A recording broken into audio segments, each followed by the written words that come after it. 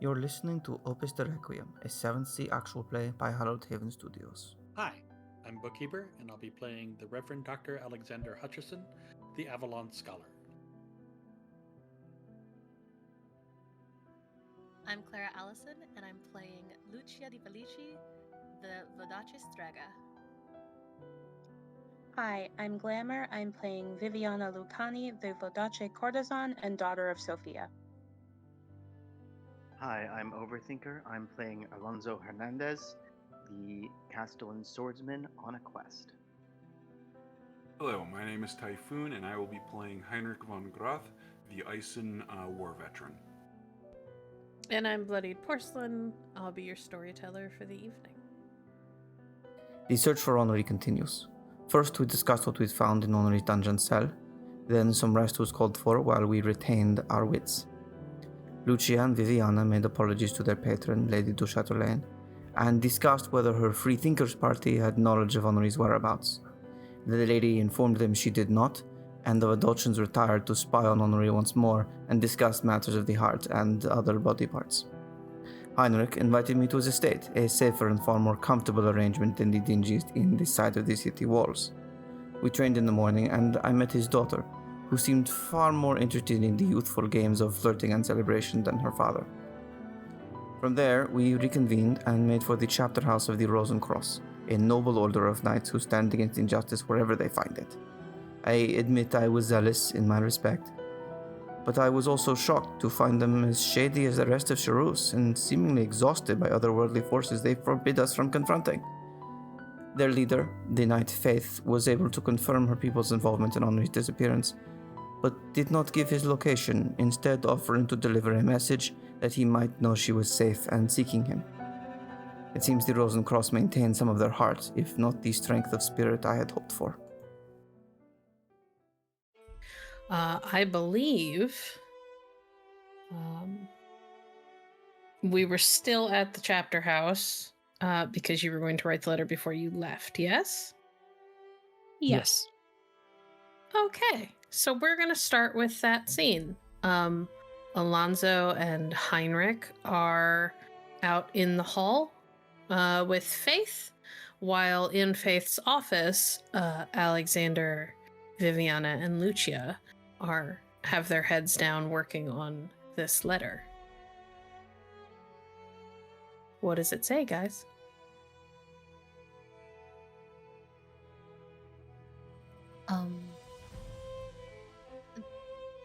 Dottore, do you mind reading back what you've written?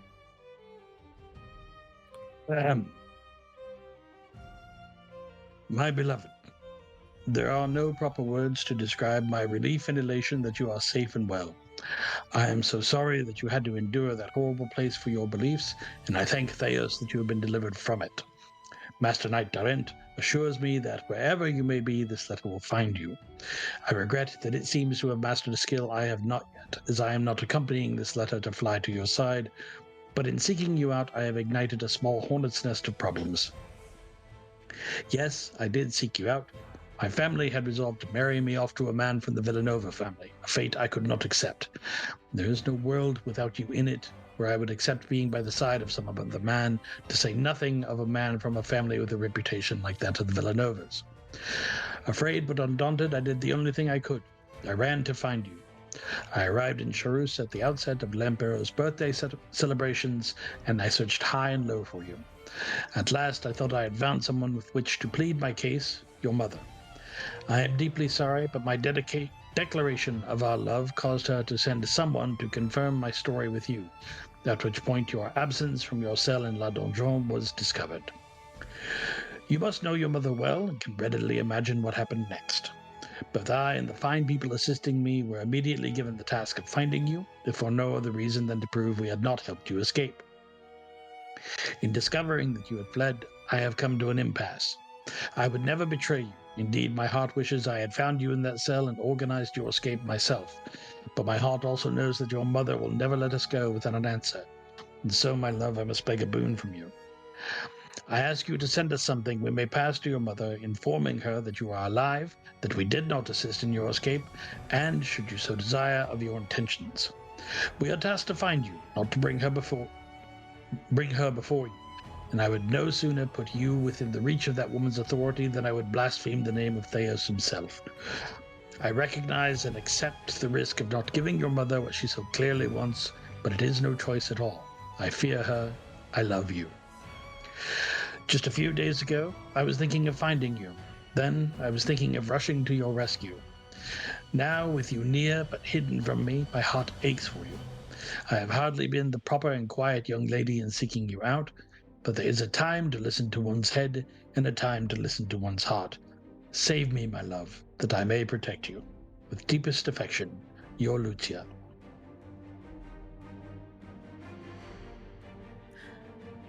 I will admit, it does sound odd when it's you reading it, not my nurse, but it seems correct. Well, if you two are satisfied with the contents of the letter, I think I would like to talk to Master Knight Darland for a bit.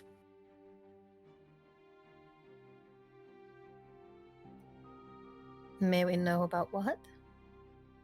Oh, yes, I'd just like to smooth things over further. You did threaten her, after all.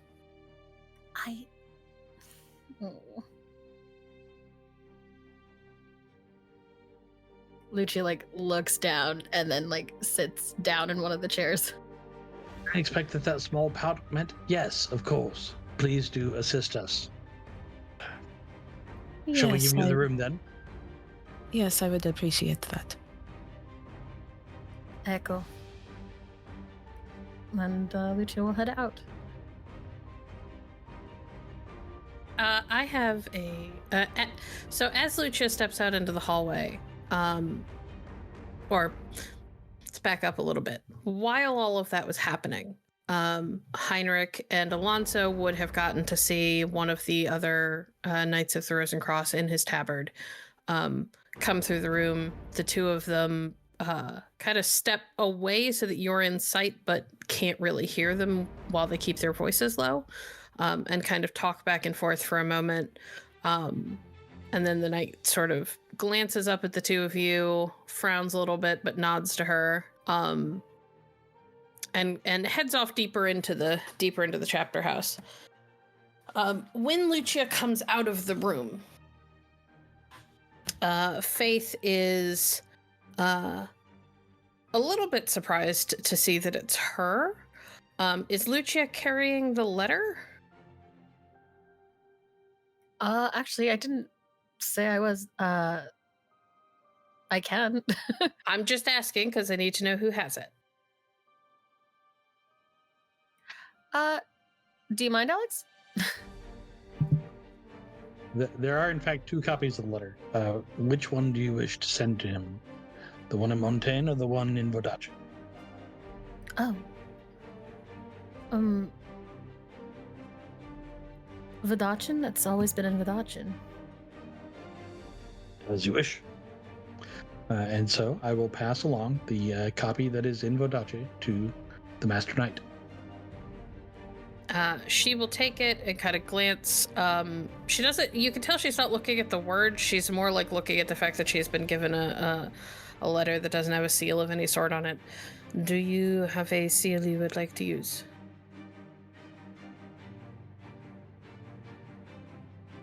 I do not have one here.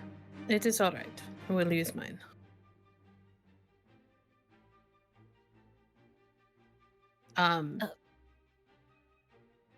Is there anything else you would like to send along with it? I don't have anything else.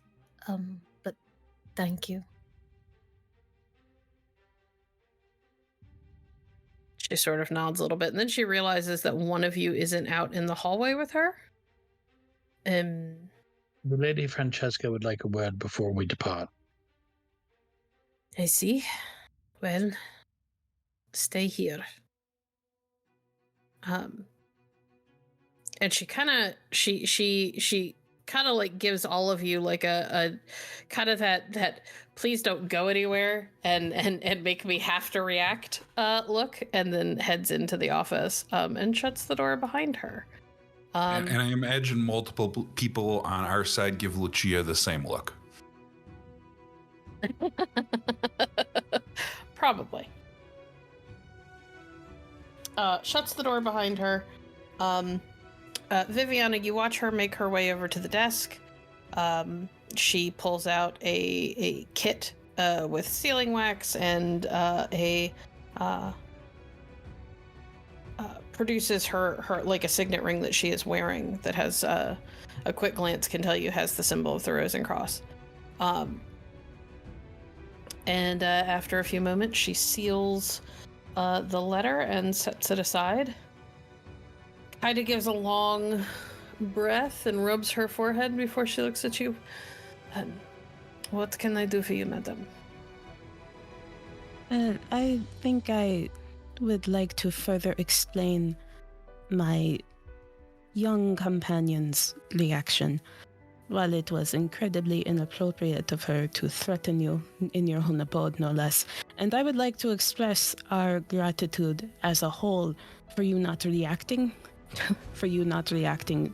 extremely negatively to that. Theus knows that many people would not have let such a comment slide, and it is a credit to your temperament as the Master Knight of the Chapter House that you were able to move on from such a slight. I think I also owe you a further explanation on Lucia. Lucia is reckless and young and hopelessly in love. Viviana sighs deeply, like somebody who is exhausted but fond. She left Vodace on her own, forsook her duty to her family, came to Montaigne, joined a League of Entertainers, came to Montaigne with the hope of seeing her beloved, and the thought that she might be denied the opportunity to finally see him was... Again, she shouldn't have reacted that way, but surely you can understand that somebody so hopelessly infatuated with another might not take the news of their beloved being okay, but being unable to see them well. Faith sort of gives like a little half smile. Madame Lombardi, if I allowed every hot-headed youth to get under my skin and evoke a negative reaction, I would not have this position. I do appreciate your apologies and understand where young Lucia is coming from. I am sorry that I couldn't give more information, but the safety of those we help is tantamount, and as long as you are associated with someone who put one of them at risk, I can't simply open all of our doors to you. You understand? I do understand. I will not attempt to push that point, but I will say that none of us are truly loyal to La Grande Dame. We are simply acting upon her instructions so that she does not have all of us thrown in the donjon. I understand. Viviana, roll me... you don't have cold read or anything, do you? No, not cold read. Fortunately, it's just going to be straight wits then. You don't have anything that kind of helps you get a read on people. What is the target number? 20. Okay. I will spend a drama die. Alright, do it. That's a 17. Drama die gets you... 18? I'll spend another one. It's a good thing you've got them banked. Alright, cool. So that puts you at 27?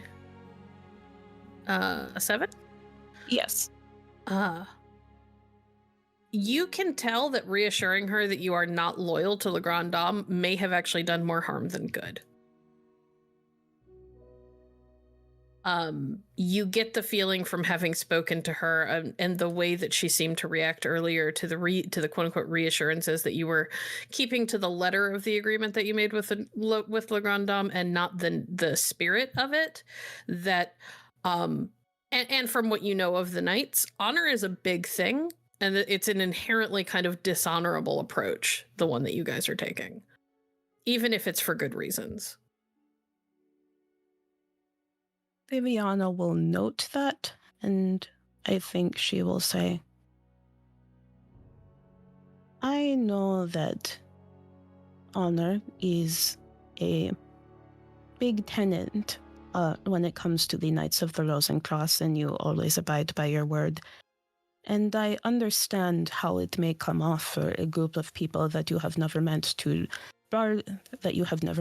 barge into your chapter house and assure you repeatedly that they are going against the tenet of honor. But what you must understand is that we are abiding by honor, our own personal codes of honor. We are sworn to help. We have sworn ourselves to help Lucia in any way possible to be able to contact her beloved. And the circumstances under which we were quote-unquote sworn to Le Grand Dame were not exactly honorable. When somebody holds a blade to your throat and demands that you do something, I think it is understandable if you do not hold them in the highest regard afterwards. I am not going to sit here and argue the finer points of honor with you. You are under no vows to keep to your specific word, but I do not have to agree with everything you do to help you. No, you do not. That is fine. I just think that there should be some level of understanding that honor is not always so black and white. If you say so. Is there anything else you need? No. Thank you for your time. She will stand up and walk you to the door of her office, out into the hallway, where she looks at everybody else. Does anyone else need anything? No, milady, but however, I would once again like to extend our gratitude for your assistance, and if there is anything that I may do to repay the favor, do not hesitate to contact me. I will keep this in mind. It has been an honor and a pleasure to meet you. Thank you very much. She gives a nod to Alonso, and then turns to walk you all back to the front door. I wish you all the best in your future pursuits. I will see to it that your correspondence goes out as quickly as I can get it out.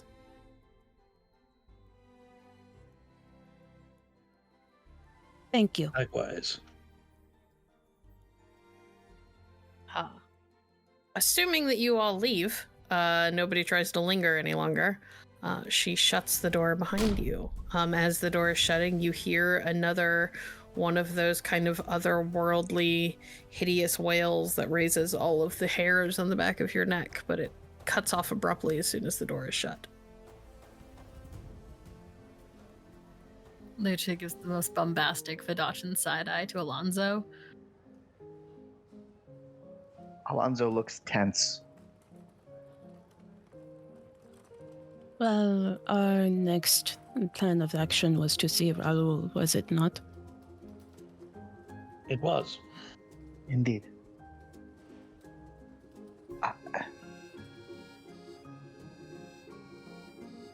What was that noise? That strange howl. It was a whole lot of not our problem.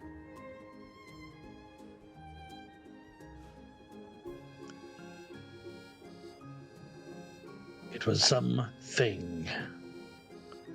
And they did not wish to discuss it with us, and therefore it is their burden to bear. Does not sit well with me. Nor me, but they're adults the same as we are. We have sufficient problems without looking to take on other people's right now.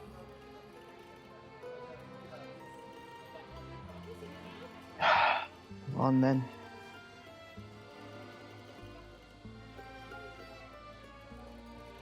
But Alonso, as we're leaving, definitely looks back a little frustrated.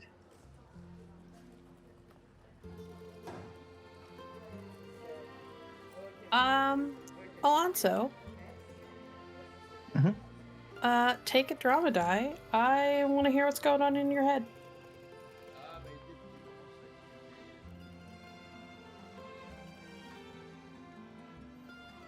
Since coming to Shorus, I have learned that some of my fears were true. That as much I was told, it is not the case.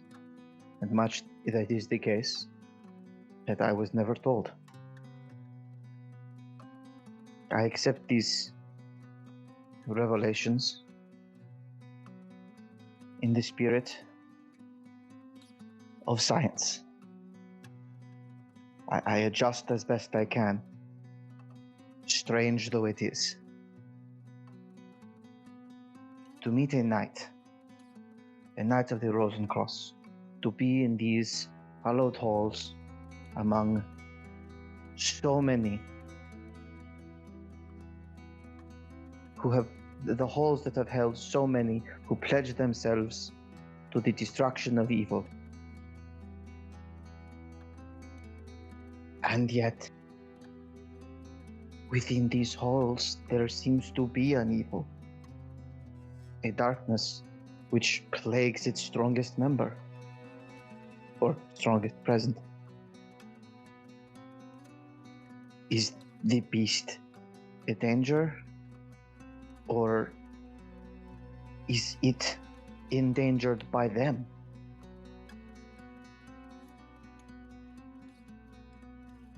There is much that I knew would be complicated here, and much more that has proved to be complicated. I do not think it will ever sit well with me that this too is complicated.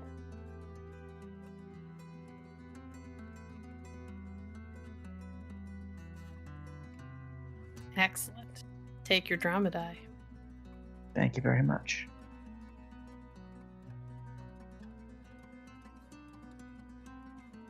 All right. What's the plan, guys? I think we're headed to Raoul's. Straight there, not stopping anywhere, not doing anything else. Going once, going twice. No. Nope. All right, cool.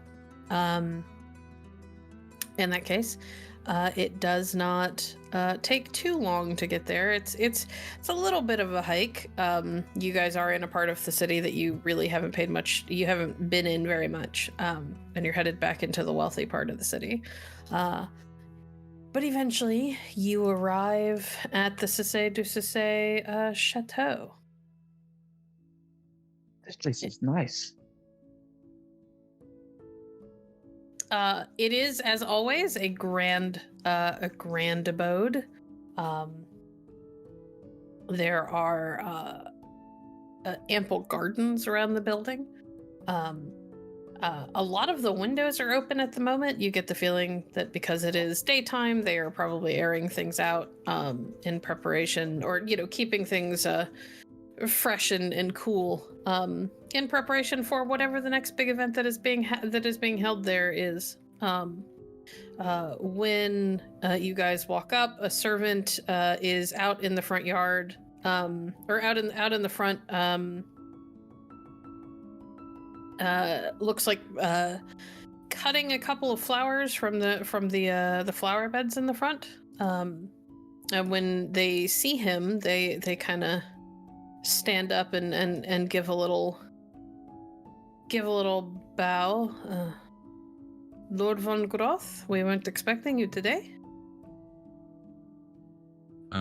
Yes. Well, is Raoul and Diane present? Diane and her mother are off meeting with a seamstresses, I believe, to have their gowns adjusted. And he looks like he's not entirely sure what the terminology is for ladies' clothing. But I believe Lord Raoul is inside. I can go and check if you would like. Yes. Do so. Please let him know that I'm here and wish to speak to him. He will give a little nod and hurry inside, leaving you guys outside for a little bit. Is there a conversation that anyone wants to have? So, what are we going to tell him? Everything? Or some? Forgive me, this has gone in several different directions. What are we going to ask him? Well, It was my understanding that we wanted to glean more information about his relationship, about a potential relationship between him or his family and Henri. With the ring and the materials we have seen, it's quite possible that Raoul is a Knight of the Rosencross and was assisting Henri. Do we think he is the Porte Master who extracted the young prince? I would believe so. But All right. before we move on to that topic, I do have one unrelated topic I need to discuss with him as well. And I'm happy to discuss with him any potential connections to Henri or to the Knights. But be aware, even intimating that he had a hand in Henri's escape is basically accusing him of treason. So maybe we leave that off the table. That would be wise. Well, my plan was to show him the ring that we located and simply ask if he knew why Henri would have had such a signet ring. Perfectly reasonable line of questions. But matters of the music and our potential meetings with L'Imperatrix, that's not why No. we're here. No, not at all. Absolutely not. Good. As you guys wrap up chatting, the front door opens and the servant gives another bow. Lord Raoul is inside. He invites you to have a late breakfast, early midday meal with him. Excellent. And he steps aside to let you all enter. It doesn't take long. You guys are led into a dining room where a couple of servants are clearly rushing in to set things out on the table for everybody. This was not a planned event, obviously. And as you guys, as the chairs are pulled out for the ladies and you all are able to settle in at the table, Raoul comes kind of strolling in. He is dressed, though not super formally. He doesn't have an overcoat on or anything. It's just his loose fitting shirt, breeches and boots. And he looks like he probably just rolled out of bed and threw his hair back in a ponytail and that's that. Lord Raoul, it's a pleasure to see you again. I apologize for dropping by unannounced, but I had a rather urgent matter that I needed to discuss with you. Not at all.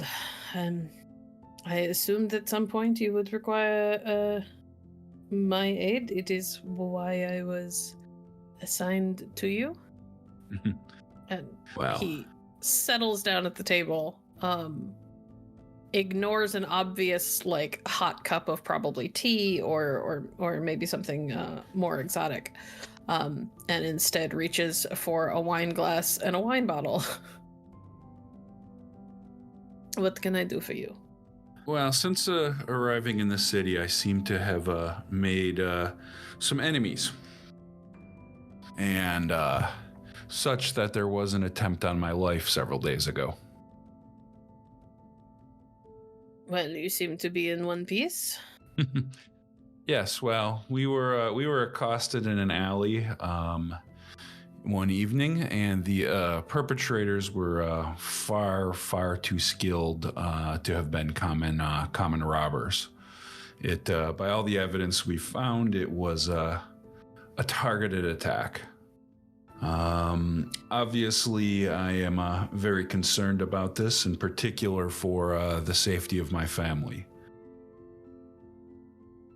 Heinrich, you don't have sincerity, do you? No, and he's not lying either. You guys weren't accosted in an alley. Yeah, the three guys that Alonso fought, where I stabbed the random woman. Yeah, but you guys charged out of an alley at them in the street. You were not accosted in an alley, so I'm gonna need a roll. Okay, I would argue that they were clearly stalking us, but yeah, whatever. What do I roll? Let's just go straight panache. Target number 15. Okay, you want me to keep my roll or re-roll? Reroll. Okay. Yeah, no, Heinrich really isn't a sneaky coded message kind of guy. Okay. Well, 20. Very good. He kind of nods a little bit. And you would have me help how? Well, as I understand it, you have a certain ability to transport people unseen across distances. If it becomes necessary for me to quickly move my family out of the city, would you be able to assist in that? I would. It is why I was assigned to help you. Excellent. What would we need to be able to do to have that happen? I understand you need some sort of anchor item to I would need to know where you would want them to ultimately go, and then I could tell you how close I could get them.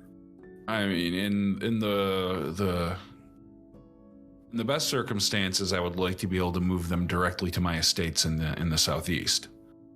But that is not possible. I can get them to my family's estates near your old ones. Oh, well, that would be more than acceptable. Thank you. And he nods a little bit. Is there anything else? No, just like to say that this means a great deal to me. I truly do appreciate your help, and if this looks like danger may become too much, the ability to ensure that my children are safe is a great relief. He nods. I can do this. I should warn you, moving.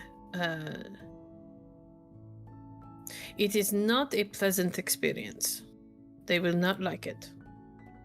Well, more pleasant than swords, I would hope. And what of you? I'm less concerned with my own safety. I can handle myself in danger, but if I do need to flee, I may take you up on that offer as well. Very well. It would take time for me to get them there and come back, and it is draining to make multiple trips in a day. But I will endeavor to help. Thank you. Thank you.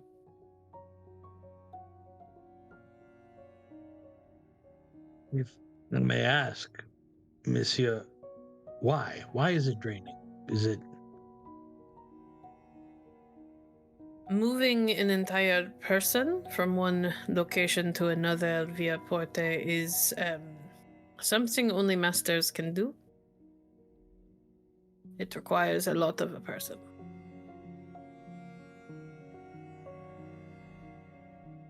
So a large group would be difficult to impossible. No.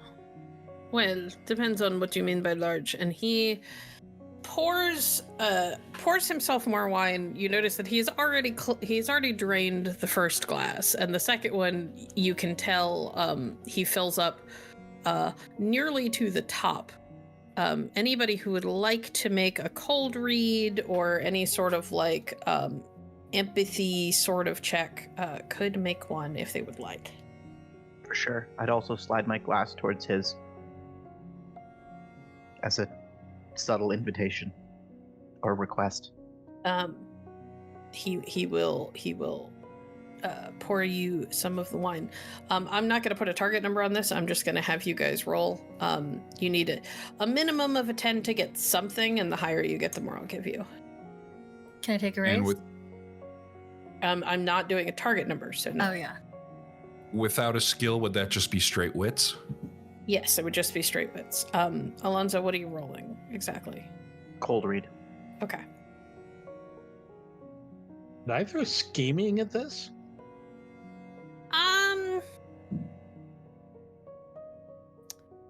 I'll allow it. Okay.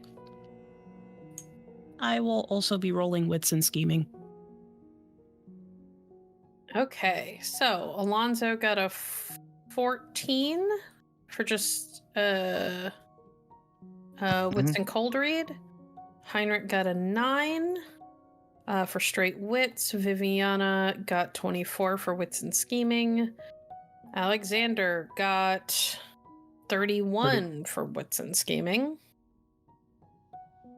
And Lucia got 23 for what? Wits and cold read. Wits and cold read. Cool.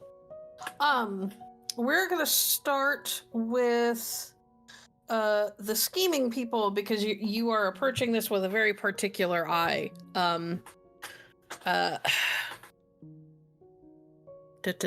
You also got the highest roll, so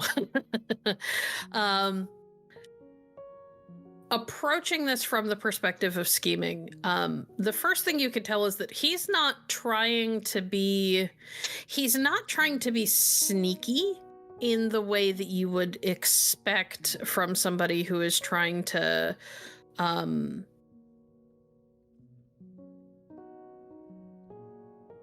like lead you on or get specific reactions out of you. It's not like that. What you can tell is that he is clearly not talking about something that he could say a lot about. Like he is purposefully withholding. He has the look of someone who's probably a much better poker face, but you got him first thing in the morning. He is not fully into his cups yet. And is probably a little bit more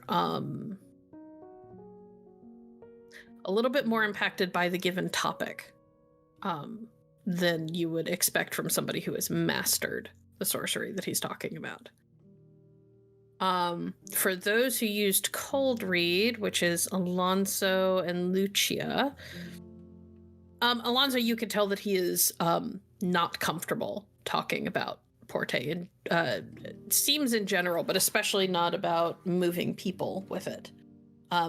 Lucia, you can tell the thing that you pick up on is that while other people might assume that the vague tremor in one of his hands is, probably being hungover or just not having had enough alcohol to like feed the addiction this morning yet, you can tell that there is probably a measure of distress to it.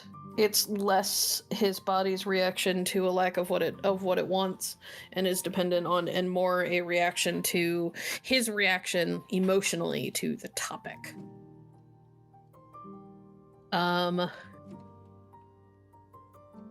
Heinrich, you don't get anything because it was a minimum of 10 to really get much.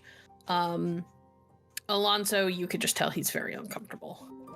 I have a question. Yes? Is Raoul a hero, villain, or scoundrel? Raoul is a hero. For sure. You could tell that if he were pushed hard enough, he might go a little bit scoundrelly, but he doesn't seem to have an ounce of villain in him. Thank you. I have a move I would like to make subtly. Okay.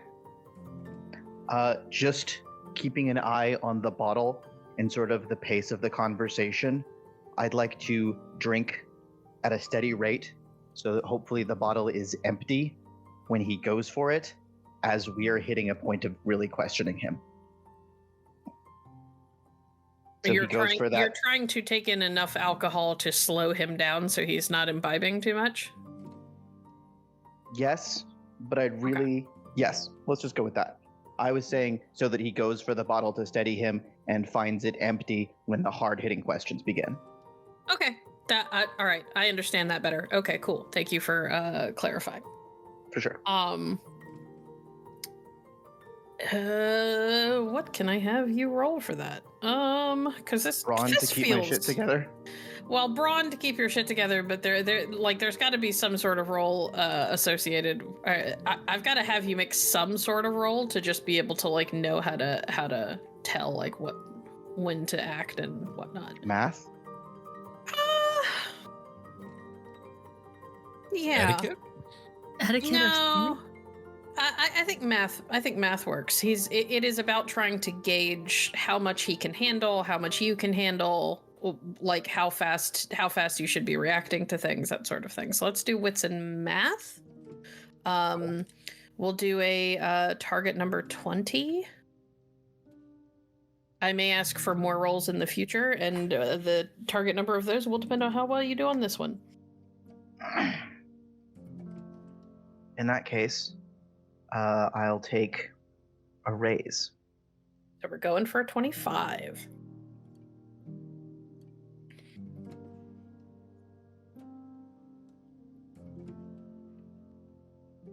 Close. 21. And a drama dice. Oh, 22. A 1 on a drama dice is the most painful thing in the world. It is. Oh my god. 23? 23? You gotta be fucking kidding me. No, I'm doing it out of spite. I'm spending all of them right here if I have to. 24? All right, cool. 30 something. 31. 21, 22, 23, 24. Yeah, 31. Cool. Yeah, you Fuck are you, dice bot. You are relatively certain that you can keep an eye on things and pace your drinking to his. You have no idea how well you're going to hold that much wine because you have seen this man drink before, and it's a lot. Mm-hmm. You also know that he's very wealthy and could just call for more wine, so we'll see how that goes. Yeah, that's why I'm not trying to... I'm just trying to time it. Yep, got it. From where I'm sitting, can I tell what kind of wine it is? I might also just ask for a cup. I mean, he will ensure that everybody has a glass if it becomes clear that everybody is planning to hang out. He's gotten kind of accustomed to people coming in, asking questions, and then leaving. So, once it becomes clear that you guys are actually going to stick around for the meal, he will have another bottle brought for the other half of the table. Having picked up that Alonso is going to ask for cups from his bottle. I'm so excited. I mean, yeah, Heinrich will have a glass too, obviously. Don't want to be rude. In terms of the wine, you can tell I don't have a name off the top of my head. It is a Montaigne vintage. You have tasted it before, given what your family does. It's pretty good. It's not as good as your stuff. You know that Jemay has plenty of your family stuff, but you also know that it is expensive and not easy to get here in Montaigne, so they probably don't break it out for every little occasion.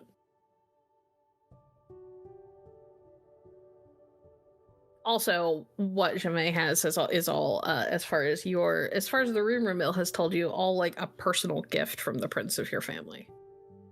Yeah.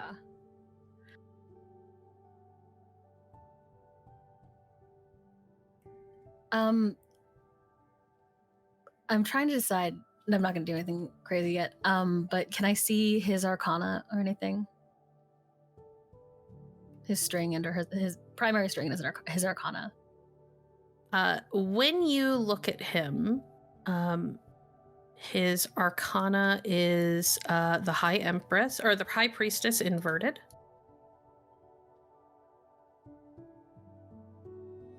And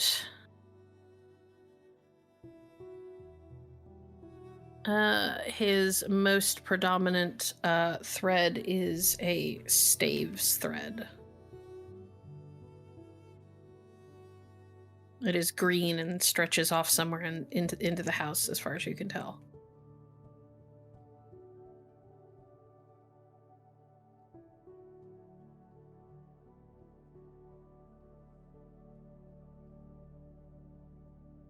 Yeah, Lucia just settles in. So are we sitting in a way where Viviana could have made sure to sit, like, beside Raoul?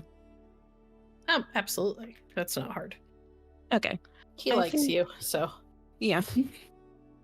I think as Viviana notices that he is, in fact, withholding information, she will just make sure that her hand occasionally brushes his, give him a charming smile, try to set him at ease a bit. Trying to soothe him? Yes. Okay.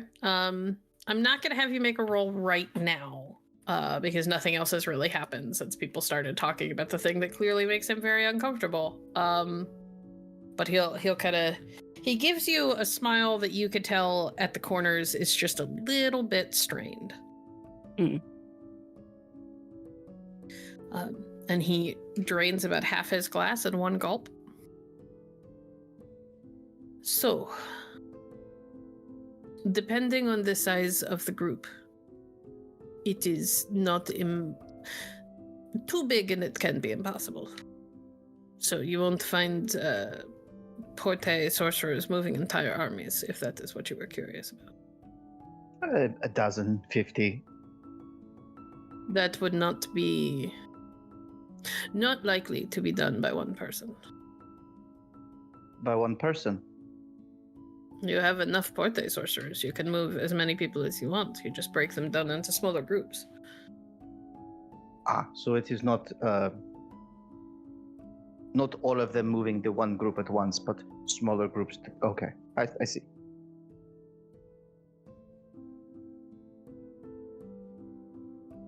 Alonso drinks.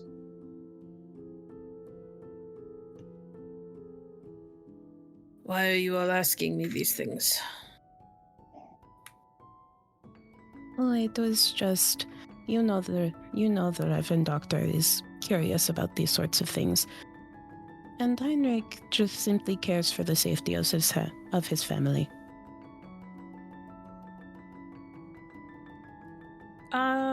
Do you have sincerity? I do. I would like a panache and sincerity roll, please. Your target number is going to be 25. I will take a raise. So we're going for a 30. Yeah, 32. And you get a 32. Roll your 10 again. I don't know why I bother asking you or Alexander to roll anything. God damn. So that's a 35. Okay. He settles a little bit at your reassurance.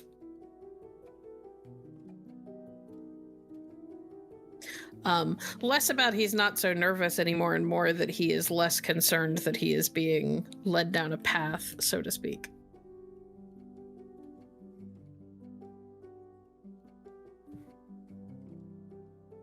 Lord von Groth, if you think your daughters are at risk, the sooner we move them, the better. Especially if there is a chance I will need to come back and help you. Which is my primary duty, according to my cousin. As the situation stands now, I don't think it's necessary today. But in the coming weeks, I'm not sure how things will develop. So I may need to ask this favor on short notice, and really anywhere safe outside of Charus would probably be okay.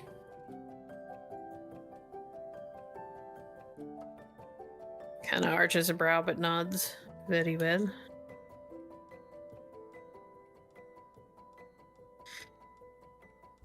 I imagine you have some understanding of this. I note from your badge that you are a member of the Swordsman's Guild. Perhaps venture is not unknown to you? He kind of gives a little shrug. I would not say I'm a particularly adventurous sort, but there are very few men of good breeding who are not swordsmen. Ah.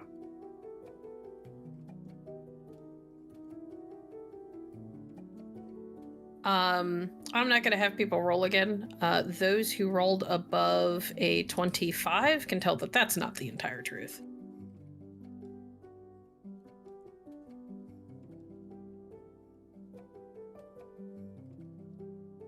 He's not lying about the fact that most men from noble families end up part of the Swordsman's Guild, that it's kind of a rite of passage, but there's probably way more to it than that for him. Seeing that no one is bringing out the ring and pressing the reason we're here, I think Alonso's just gonna talk a little sword stuff. How is training different here than it is in Castile? That kind of thing. Yeah, put him a little at ease with random conversational topics while we eat. Yeah, let's enjoy a chill breakfast and maybe resume after. All right. Anybody who wants to participate in conversation can roll me a Wits and Socialize, or a Wits and Oratory, depending on what you have. Socialize you will be coming across a little bit more relaxed. Oratory, you will be coming across a little bit more formal. Target number? This is mostly just to see how well you guys do, so I'm not going to set one. Okay. Damn it, this character doesn't have Socialize. Can I use Panache and Oratory? Yeah. Okay. Jesus, Alonso. Roll your 10. Also 32. Criminy.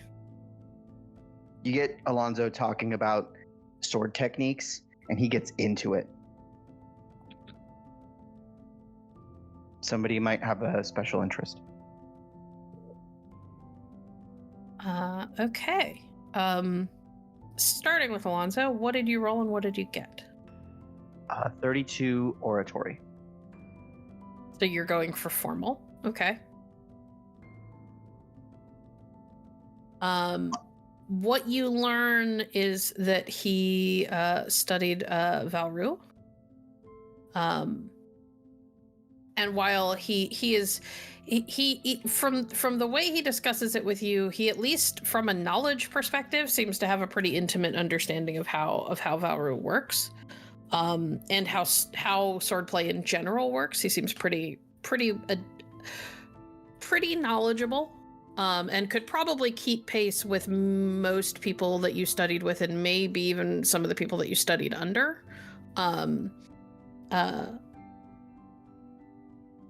At least from a theory perspective. You haven't actually seen him work, so you don't know how good he'll be once the sword is in his hands. But he seems to have the kind of knowledge you would expect from somebody who could train others. And seems to have been at it since he was a little boy. With this high roll, I'll express interest in sparring. I've heard a lot about Valro, but for obvious reasons, I haven't had a lot of chance to cross blades with it in a friendly manner. He admits that swordplay is not his favorite thing, but sure, perhaps someday, if you guys find time, and he doesn't have anything else going on, he will go a few rounds with you. Viviana promises him a massage if he wins. That is a good deal, one I would not turn down. No man in their right mind would.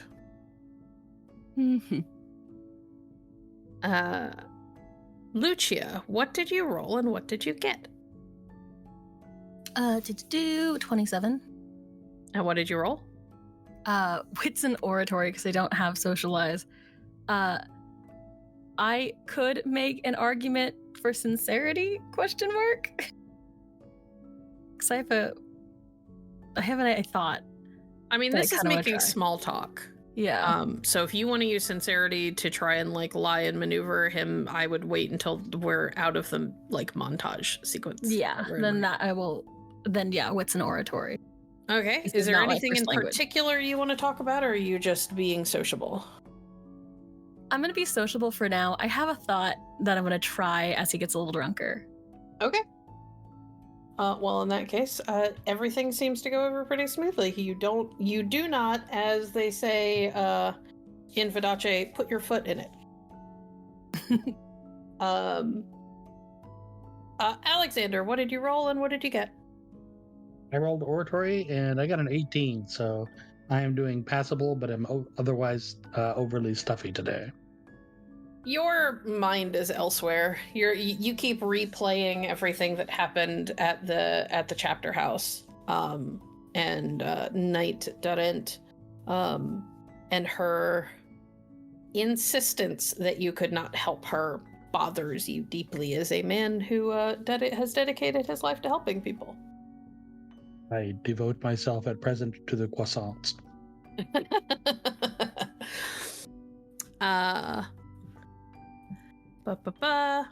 Heinrich. AS helps those who help themselves. To croissants. Heinrich, what did you roll and what did you get? 16 and oratory. And primarily he's just making small talk about good places that he might take Diane out. Okay. You are also a little bit distracted. Maybe it's the idea that you might actually have to rely on a Porte sorcerer to move your daughters, and he was very clear that it would be an unpleasant experience that they would not like. But he does give you a couple of thoughts. Mostly it's, she really likes gardens. And there are a number of places in Charus that have fantastic gardens, including the Sun Palace. So if you can get invites to parties there or whatnot, then you would probably make her day. Nothing like a romantic stroll. And Viviana, what did you roll and what did you get? I rolled panache and oratory and I got a 33. Excellent. What are you going for anything specific? Or are you just trying to I don't know, keep him distracted, or what? She is trying to generally keep him distracted and somewhat at ease, at least with conversation. And in terms of what she talks about, she just talks about the various parties that are happening in Charus. Okay. You find out that he went to a party where La Grande Dame wasn't throwing it, but she was present. And he kind of delighted in the. You get the feeling that she has had a couple of annoyances in terms of rumors that have come up about Henri since Lucia's scene. And she's not thrilled about it. And with that topic of conversation brought up, then Heinrich is going to shift to something slightly more important and say, "Oh, Raoul, by the way, we in our investigations looking for the missing boy, we did discover a particularly juicy bit of information." I'm listening. Oh, I think we mentioned to you before that you told us that his mother had him thrown in the dungeon. Well, the boy managed to escape. Really? Yes. This is all but unheard of. He vanished from his cell, and she didn't learn about it for, I believe, over a month. He's been gone. Well, I imagine there are going to be members of the Musketeers who are going to, how do they say, be hung up by their toes? Well, as we heard, the guards were so terrified of the woman that no one would tell her about it. This is not surprising. She is a formidable woman. Yeah, we managed to actually gain entry to his cell. It was, I must say, it was surprising how lax the security there was. In what way? Well, one, we found a knife in his cell, which is definitely something that one does not want their prisoners to have. And then we also behind. And then we also found, some rose petals that had blood on them, which kind of led me to believe that sorcery might have been what was used to get him out of the cell. But one of the guards would have had to have been bribed to bring those items into him. Finish the wine bottle.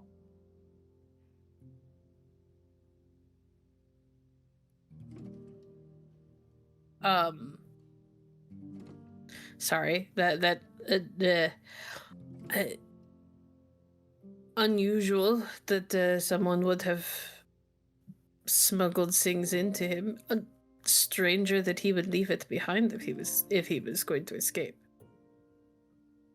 Yeah, you're right. That is a bit odd that he left the blade behind. Or that he left any of it behind. Well, perhaps he was in a hurry. I know I would certainly be eager to get out of that kind of cell. It was I expected Montaigne noblemen to have better accommodations, and even in a dungeon. The dungeon is not designed for comfort, my friend. That's where you send people when you want them to disappear and never come back. Or to teach them a lesson in this case. Yeah, well, the lesson may have been lost on him since he managed to get out. Perhaps. I wonder who would have helped him. Indeed, that is still a mystery. He reaches for the wine bottle when he realizes that his glass is empty again, and then realizes that the bottle is empty and kind of frowns a little bit. And snaps his fingers, signaling for a servant. No, nobody comes right away. It's going to take them time to go get the bottle, but... Is he telling the truth? You could certainly roll to see if he is.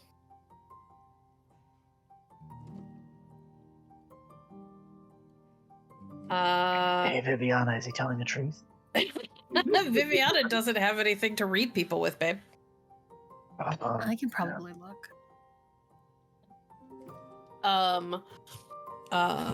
Anybody who would like to try and get a read on him can roll me wits and either a scheming or cold read.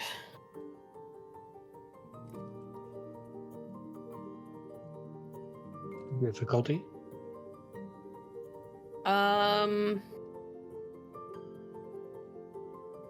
20? I'll take a raise. Okay. Would that be worth it? If you want to, it might get you more information. Of course, you have to roll better than 13. I'm gonna roll some drama dice. Okay, you need a 25. I'm not going to roll some drama dice. I will also take a raise. Okay. Jesus. Again, don't know why I bother having Alexander roll anything. Hey, I rolled an 18 on the last pool, so That's fair. So that's a 34. Lucia fails. Viviana fails. Threshold was 20. Yes. Alonso I'll gets a 22. Roll your 10. I felt that I should have taken a raise. It's a 27. Okay. Alexander and Alonso. As far as you can tell, he is telling the truth. He does not seem to know what's going on. Certainly doesn't seem to be the one who got him out, based on his reactions.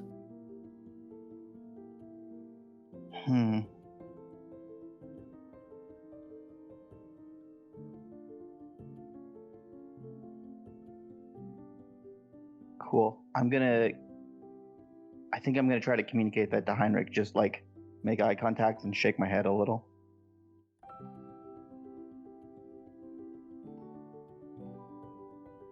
Okay.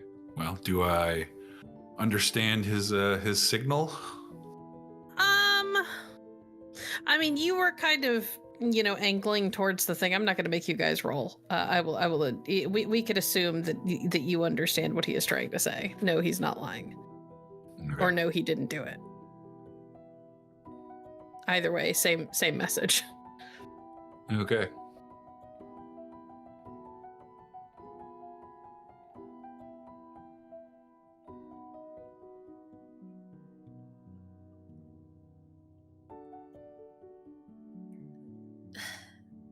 There's been so much trouble about Henri. Did you know him? In passing, from parties. Did he have any sort of reputation? Like what? In Montaigne, everyone has a reputation. You have to be more specific. Well, then what was his? Devoted to his family.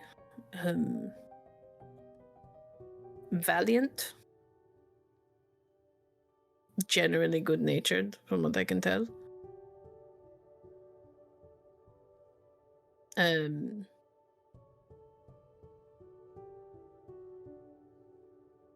a couple of,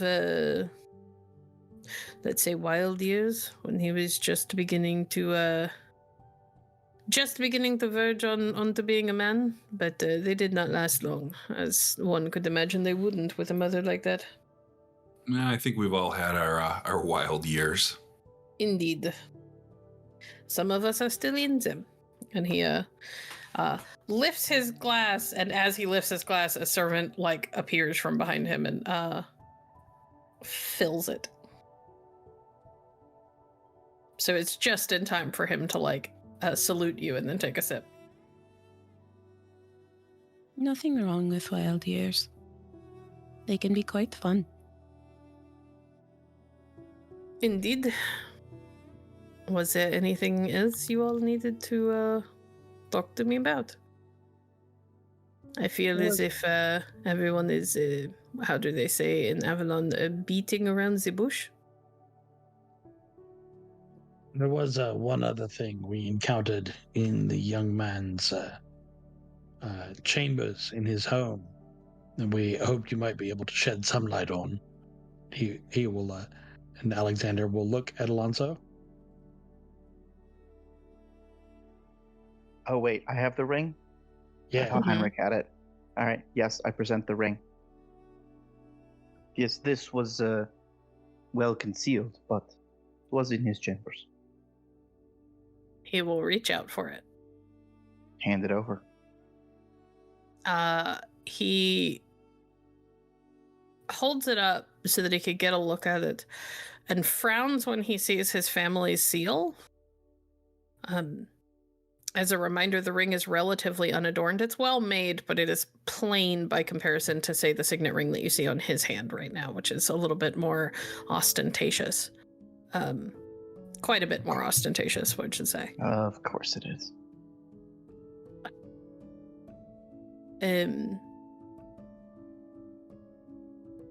I cannot be sure, but I think I might know who this belongs to. Who? My cousin, Hugh.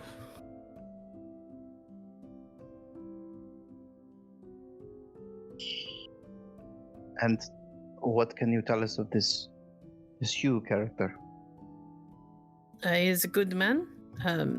He is a member of the Knight of the Rosencross. And is, I believe, currently living in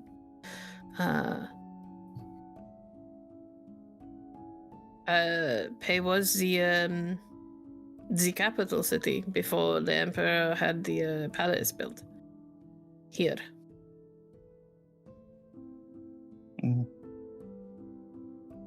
Very interesting. Is Hugh also a sorcerer? No. Monsieur, looking around the table, you understand, it seems he is known to Raoul, that they may have been friends. It would certainly seem so, or someone got a hold of Hugh's ring and gave it to Raoul for some reason. Would you know by any chance what sort of circles and clubs they might have attended, where they might have met mutual friends? I don't see Hugh very often, since he joins the Knights. They mostly forsake most of their ties to their families, so it's not like we are in regular contact anymore. I only suspect that this is his because it is so plain. It might be the only thing he could really get away with after joining. I see. If you could nonetheless provide us perhaps a means to contact him. I couldn't provide you any means you don't already have. Letters, you could go see him.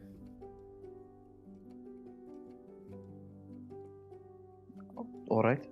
Thank you. But I kind of look at the ring. Does he want to keep it? He's just hand it studying back? it. It's not like he's like it looks like he is trying to like tuck it away. He's studying it as you guys talk. Alexander, what were you gonna say? Could I make a wits and politics roll to see what I know about the city? Sure. We'll make that just a target number 15. Pei is a pretty major city, so. All right, I will take one raise. Going for 20. Damn. Yeah. Roll that 10. All right, that's a 40 on a target number 20. All right, so the first thing you know is that Pei is best known for the embassy. Those in Pei call it Le Labyrinth because it is massive and has a reputation for having twisting and confusing corridors. You know that ambassadors from all over Thea are entertained there, while delegates from Charus negotiate things. You also know that the Emperor never goes there. What you have heard is that he finds the whole city rather gauche. And most courtiers who want him to continue to favor them stay in Charus instead of going to Pay. Fuck. That said, it is also the place where a lot of nobility throw like parties that they don't want to worry about the emperor showing up at. And how far away is it? Not terribly. You could probably get there in a day or two.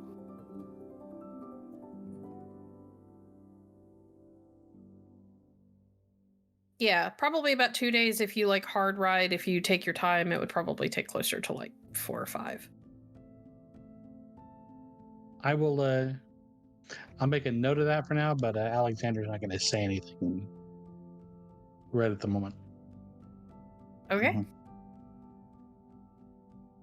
And then if no one else continues that line of questioning, Heinrich would then switch back to small talk. So, it doesn't look like, okay, interrogation's done, now we get up and leave.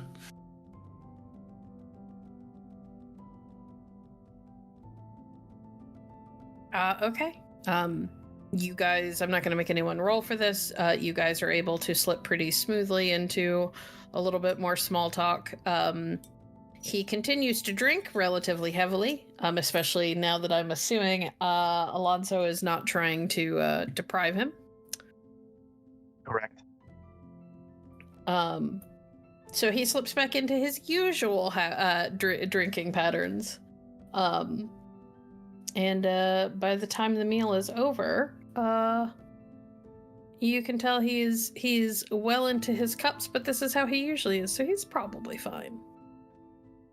His usual drinking pattern of steady, problematic. I need Alonso to make a straight brawn roll, please. Oh my god, Alonso, please get drunk. I'm gonna need a target number 20 if you just want to be tipsy, 25, or if you want to be tipsy, 25 if you want to be totally sober. Yeah, I'll do 20. Okay. Probably. Let's see. 21. All right. You are tipsy. You go to stand up, and the room pitches around you a little bit, but you're okay.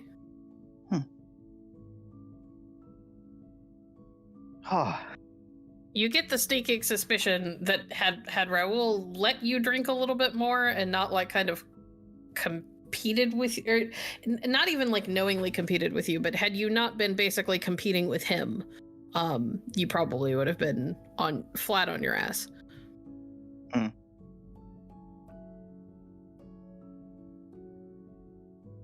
Yeah.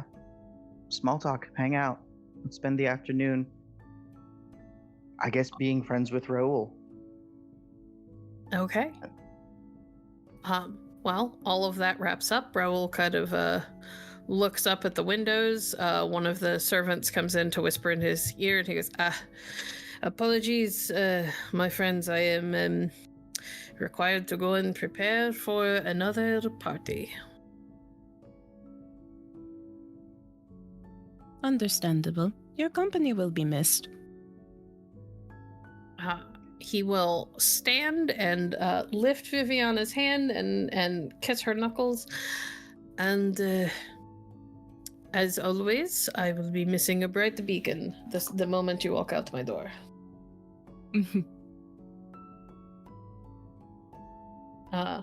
Turns and gives a little bow to everybody else and sees himself out of the room. And a servant prepares to walk you out. Yeah, let's go. Yeah. Follow the servant out. Once we're on the street, that was productive. Alonso, are you okay? What? Fine. I'm fine. I want to give him just like a soft push. Oh, What are you doing? Unhand me, woman. Tiny bit of a stumble, just a tiny bit. Aren't you supposed to be guarding me? I am. I have my eyes upon you, and if you should run away, I will grab you. That is protecting you from the most dangerous thing you are likely to encounter.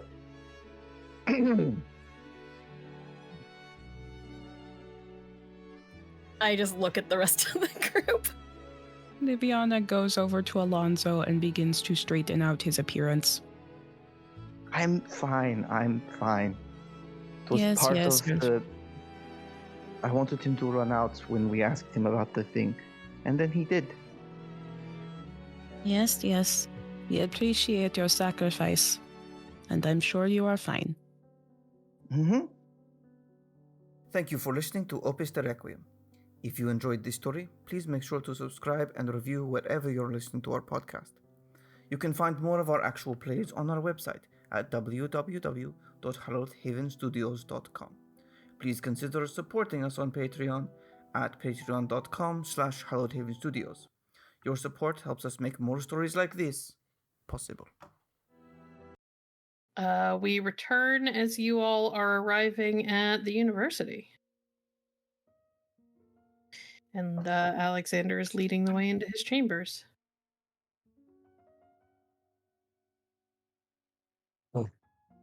That was more productive than I might have hoped. Both visits. I knew we would find something. Have a little faith, Professor.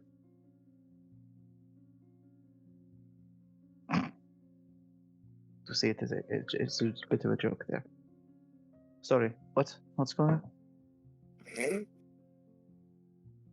You should sit down. Thank you. See,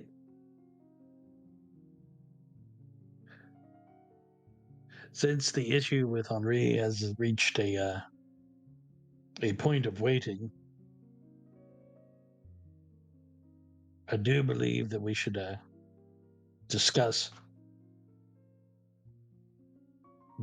how it is we intend to, if we intend to extract the Empress from the palace.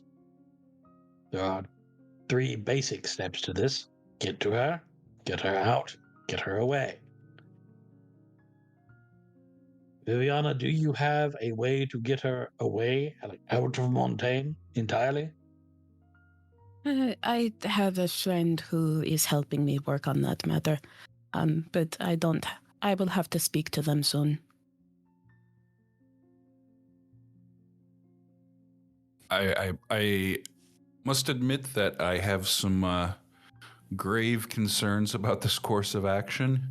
Do you realize that this will almost certainly result in all of our executions? Certainly, if we are caught, yes. They could get in line. Exactly. That is what he said, not so much what she said.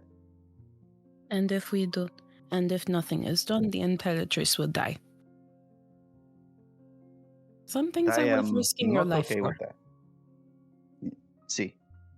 And how exactly did this bit of information about the threat to her life come to your attention? I made connections in Vodache, connections that extend to the underground in other countries as well.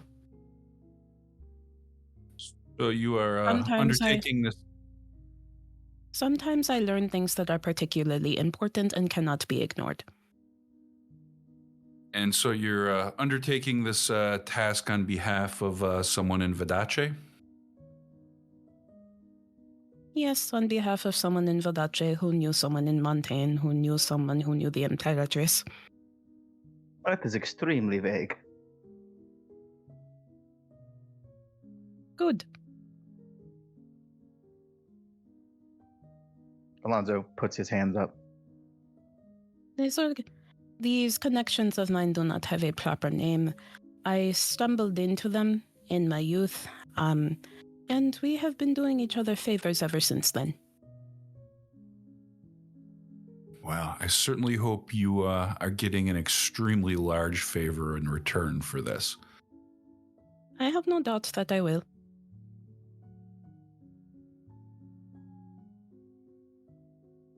Now, if this is to happen, it must be done in such a way that our involvement is not discovered.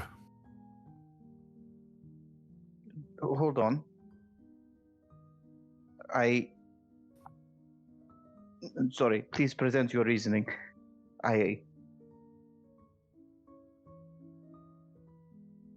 Because they would want to kill us, yes?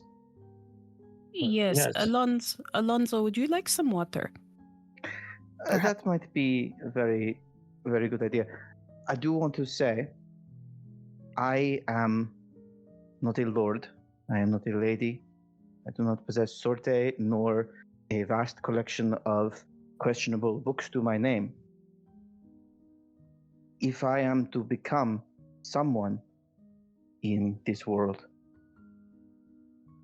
doing insane things and getting away with it is sort of required. Is it? Well, certain insane things, good things, rescuing people. Not so much charging into walls and hoping that they move. Alonso, you must understand that while people such as you and I may only be risking our lives in this matter, Herr von Groth, in even sitting here and agreeing to discuss the matter, has put his family, his future family, all at risk. Yes, I don't know that I've ever clearly explained this to you all, the situation of my upcoming marriage, but needless to say, it is something that is extremely important to the future of my family. As I'm sure you know, is quite obvious. I am from Ison. However, my home is in that part of Ison that was given to Montaigne at the end of the war. The circumstances that allowed me to keep my home and my title were that I married a Montaigne noblewoman and swore an oath of fealty to Montaigne. If something happens that endangers this upcoming marriage, my home will be taken from me and given to some Montaigne noblemen. The consequences of this would be quite grave to my family. We would be left penniless, and those people under my protection would be given into the care of some Montaigne noblemen, and we've all seen how the commoners here are treated by the nobles. That is not a fate that I wish upon my people. Your land given to an invader. And as he says invader, there is a venom in Alonso's voice that nobody has heard before. Alonso? Yeah? I would like you to just make a raw wits check, real quick. No target number. I just want to see how well you roll. I'm Cool. not even going to dock you for being tipsy. That's incredibly generous. Shockingly, even. Mostly because I think for once in your life, you may be thinking a little bit more clearly because you're drunk. 18. As that comes out of your mouth, it hits you. You are sitting at a table with two other people whose countries have been invaded by Montaigne at one point or another. Avalon was lorded over by Montaigne for a long, long time and only recently got kicked out. Or Montaigne only recently got kicked out. And large swaths of Ison now belong to Montaigne as part of the treaty that ended the war. Just saying. I want to know how Paul... Oh, sorry, go ahead. No, your desire to defend your people is as admirable as it is understandable. I simply put forward that if all of Montaigne were to know that I spit in the eye of the Emperor, I would consider that a bonus. Wow, I'm not saying that he doesn't deserve it. I have great sympathy for the woman married to a man by all accounts is a terrible husband who means to do harm to his wife. It's truly despicable, but sadly, it's not a unique circumstance. There might be a way to accomplish both. But this is still just a very nebulous idea. Does anyone know how tall the Imperatrix is? Look at Viviana. I have not seen her in person yet.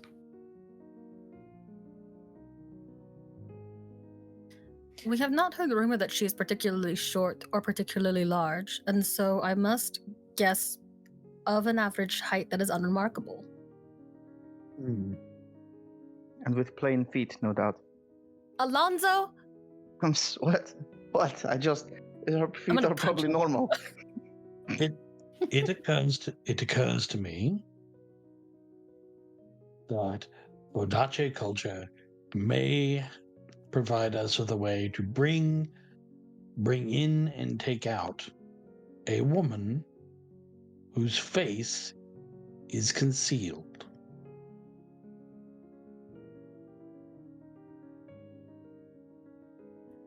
Are you trying... Why would they wear... It? Lucia's like chewing on this, trying to figure out how to, like, where he's going. Are you trying... Would it not be just as suspicious if she had a veil on? Not if she came in with one.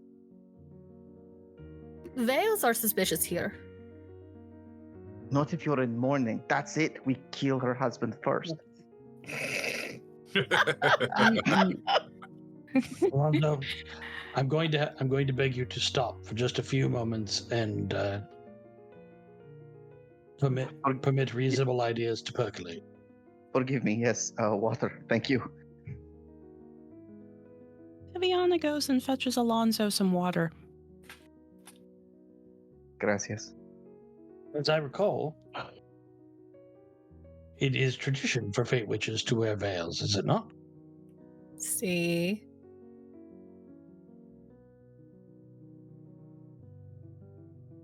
It would be suspicious, noticeable even, but...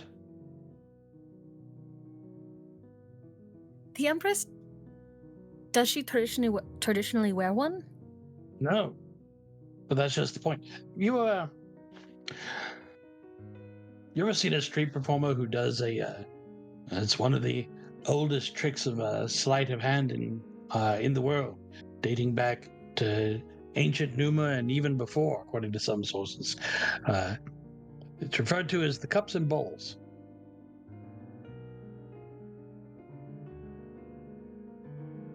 See? We call this the shell game. Yes. You wish to hide the Empress among other cups. Indeed. I wish, this is as I said, the beginning of the thought. If someone showed up to the party with a Fate Witch escort who remained veiled and left that party with the same escort as far as anyone knew, that would be remarkable insofar as someone showed up with a Fate Witch, but that's just a bit of gossip, right? It is exceedingly hard to find Fate Witches outside of Vodace. I'm not saying we're going to bring a Fate Witch. I'm saying we're going to bring someone dressed as a Fate Witch. Would that not merit suspicion? Why? Because it is a Fate Witch outside of Vodace? It could merit interest, which we could use to our benefit.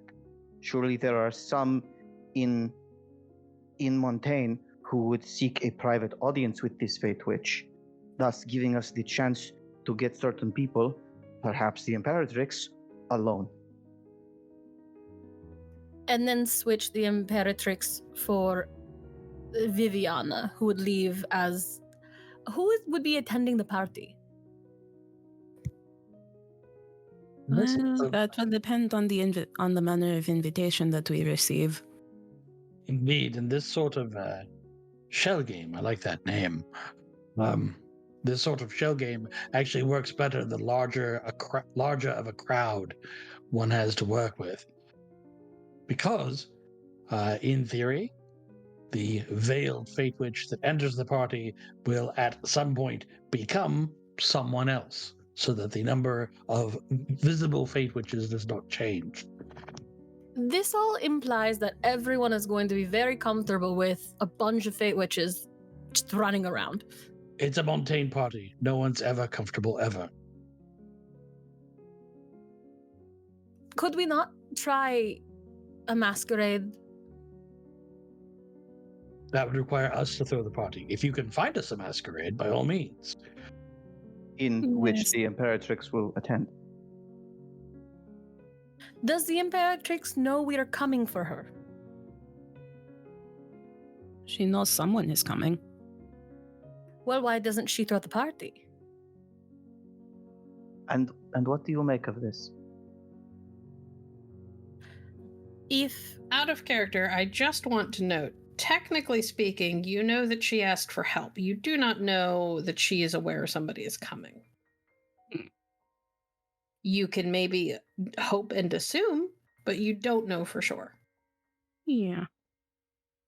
I would say from experience that if you do not know you're about to be kidnapped, it is very likely you're going to fight the people trying to kidnap you. Okay. So we need a way to make contact with her. I would And- suspect that the easiest way to do that is to go through one of our higher contacts, in this case, the Susé du Susé family, specifically Jamais. I'm not Well, suggesting I that we tell her about this particular plan. Well, I hesitate to bring it up. It is conceivably possible that I could arrange a meeting with the Emperor. I am, after all, going to be the newest noble in his realm. If we could suggest to one of our contacts that I wish to meet him, since he is now my liege, perhaps that may get us an invitation. I may have a way to contact her that does not require human intervention. Are you speaking of a spider? See, That could be convenient. My greatest concern would be that's one-way communication. it is. But it could open the door to further communication, as she would be then aware there was a conspiracy. Then I would add to that. Well, first, a question for Viviana. This network of friends who owe you favors, they have a way of contacting one another, or at least letting each other know, hey, it's part of the circle of people who owe you favors? We do not keep in direct and immediate contact with each other. Frankly, they at times show up when I least expect it. They leave messages. And how do you know that any particular message is from a trusted source? There are signs, symbols to look for. That's what I was hoping for. If we could get her a message, help is here, and then present her with even a smaller social event with one of those signs present, we would then just have to hope that she is a sufficiently intelligent woman to put two and two together. And then we would have an opportunity to speak to her before we try and spirit her away, which we may not even need to do. We don't know what sort of help she needs. I like this. Could you perhaps, Lord Heinrich, I like also your idea, an official swearing of fealty. Take a knee, or I do not know how it is properly done in Iceland. But to I do don't know this, how it's done in Montaigne. the more icing, the better, I think, because it is not intended for that so much as to let Lady Lucani stand at your side and give a sign to the Imperatrix.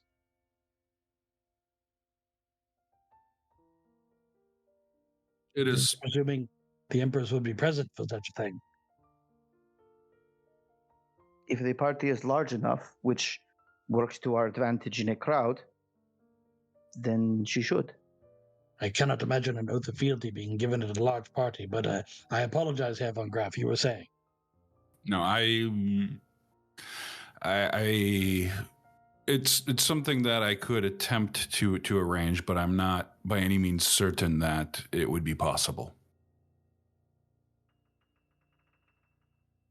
Perhaps we start small.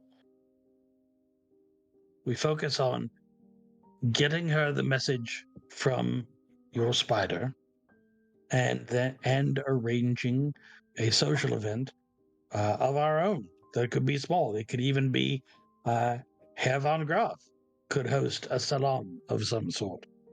An engagement party? So long as these signs and symbols are there for the Empress to see. I do not mean to be rude, but I do not think we are capable of arranging an event to which the Imperatrix would attend. Jamais might be able to. Yes. My focus at the moment is to strengthen my connection with her.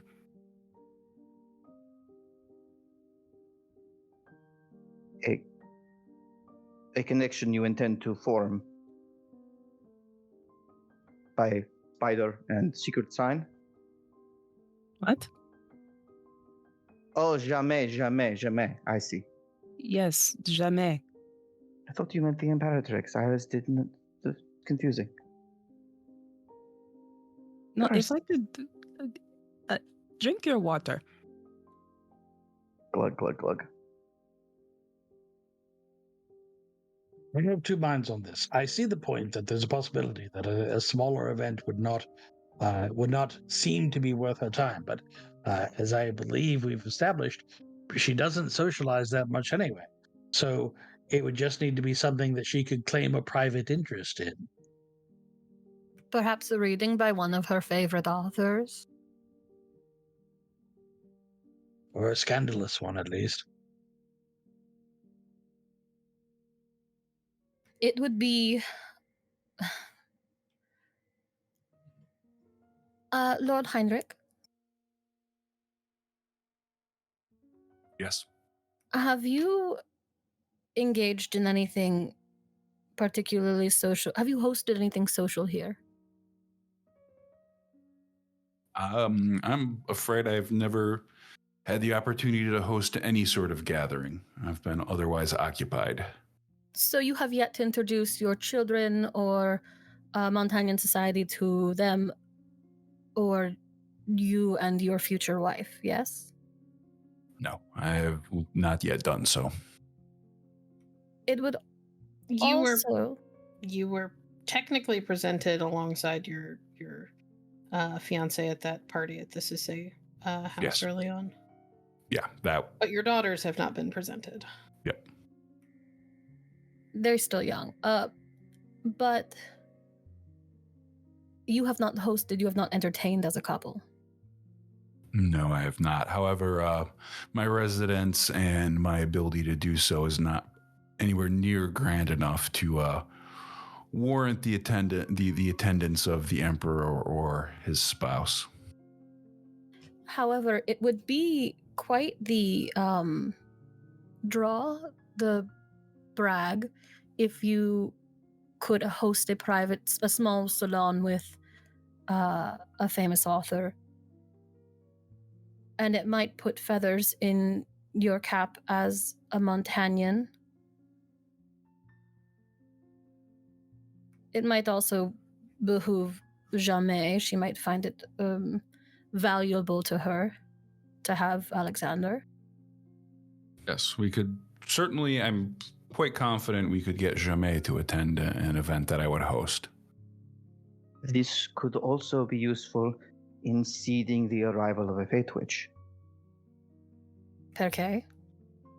If we are to shell game the Imperatrix, having the Fate Witch at this party that rumors of her arrival might spread means that when she arrives fully veiled to perform our little trick, no one is surprised to see her, but they are interested. That is true. Anything that someone has seen before, they can take as a topic of conversation, but it's no longer a mystery, not as much. So grow them accustomed to the presence of a fate witch in Montaigne, in Charuz. Indeed. Do we not? There is a group of people out hunting. Well, I guess I don't look like a fate witch, so they would not draw unnecessary attention. Oh, They're it will looking surely for be no- dangerous, but that is why we are here. If that is the only danger we face during this operation, then I think we have got off rather light. Also, given the lay of the man who I encountered during our scuffle looked at me very intently, do they not already know your face? I do not know. I would assume Conveniently, so. your face will be hidden. Why? Viviana is taller. We still don't know the Empress's height. So, might I suggest this? We arrange the spider. We arrange the salon. Should the Empress show up to the salon, we take an appraisal of her height, and then at some point during the salon, whoever is most well suited to acting as our decoy steps out, changes clothes, makes an appearance as a veiled fate witch, and then immediately disappears again. It's just something so that everyone has seen our shell there. And all things considered, probably associates her with me as some sort of friend or confidant. Because if I walk in and out with a fate witch, that casts no aspersions upon Herr von Groth, except that he hosted me in order to curry favor with his family. Indeed, this seems liable to succeed. Don't jinx us. Well, it's not the worst idea I've ever heard. I think that was a very high compliment coming from the Ison. I will take what I can get. All right. I will also extend an invitation to a certain diplomat's daughter. Brilliant. You can ask And- her about pay. Speaking of, you and I need to discuss coin, Lucia. But later. So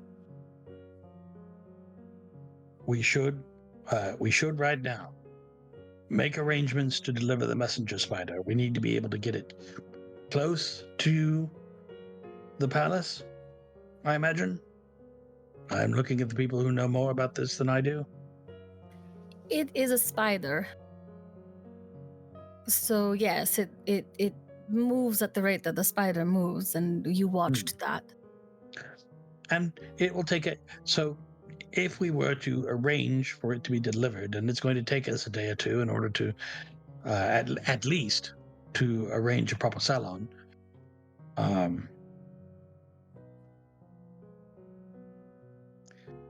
We do have to move fast. We do. Easy. how common are there are a ton of servants who work who are at the palace, right? We all know that, that's common One knowledge. would assume, yes. If one could get on the palace grounds, it would be easier.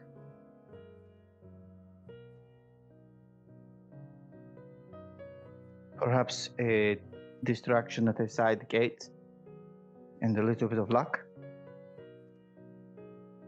Or if we could get hands on servants' clothing. There must be laundresses.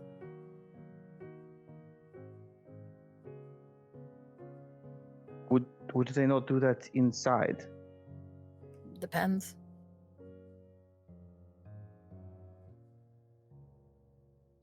So an infiltration of some kind to deliver a message, then a salon to boost our reputation and introduce the elements of our grand deception, which take place at some larger event where we switch the Imperatrix with our made-up Fate Witch and abscond. See. With any luck, the Empress, if we can get the Empress to at least pay a call on the salon, we can determine what sort of aid it is she needs, and we may proceed from there on how best to provide it.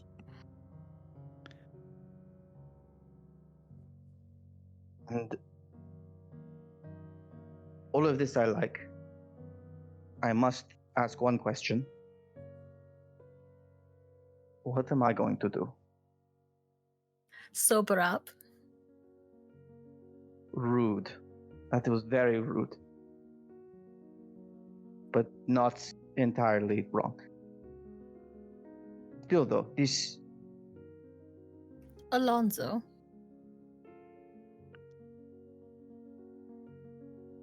The woman you want to invite to the party, yes? Her father is a diplomat? He is. Ask Sylvie about pay. The city, yes. And Hugh. I think she's thinking about me. The man, yes. Yes, the man. Okay, yes, all right. I anticipate there will be an opportunity if we achieve the right sort of party for you to make something of a spectacle of yourself at a predetermined moment, Alonso. All in very good and dashing ways, and ways that will probably, if we do it right, boost Herr von Groth's reputation and perhaps inoculate him slightly from later accusations. How do you mean? It's all very nebulous at the moment. Part of it's going to depend. It's going to depend a lot on who's in the veil. So, right now, we work on getting the spider into place and to getting the salon arranged. Yes. Yes. Yes. See.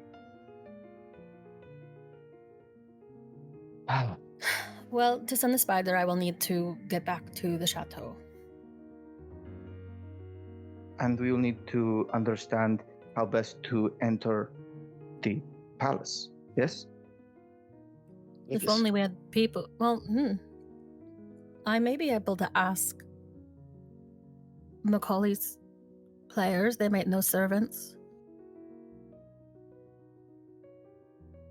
Or the woman who helped us with the marks on her hands. Eva? Yes, that is the one. Weaver.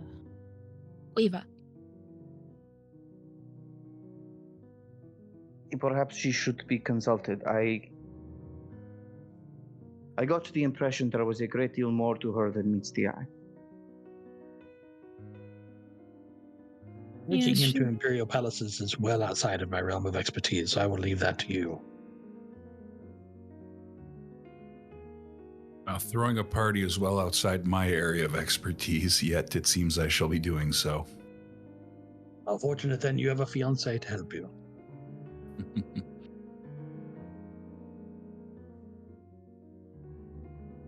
All right. Sounds like we have plans, yes? Yes.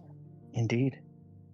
All right, we don't have a ton of time left, but I think we can get started on some of them. Who would like to go first? Well, my first step is to just solidify some sort of relationship with Sémø, so I don't know if that's possible at the moment because Heinrich sent a messenger to her about how I would like to meet with her, but nothing seems to have resulted of that yet. I think that was also sent like less than 24 hours ago, so. Yes. No, because I was like, we can't send the spider until we can figure out how to get the spider closer, so. We could figure out how to get the spider closer. We could do that. Yeah. I have a piece of business to attend, and then I would like to see the palace. I hear it is quite a, what is the word in Montaigne? Tourist spot? Yes, 2 strangers to this city probably would be able to gawk at it.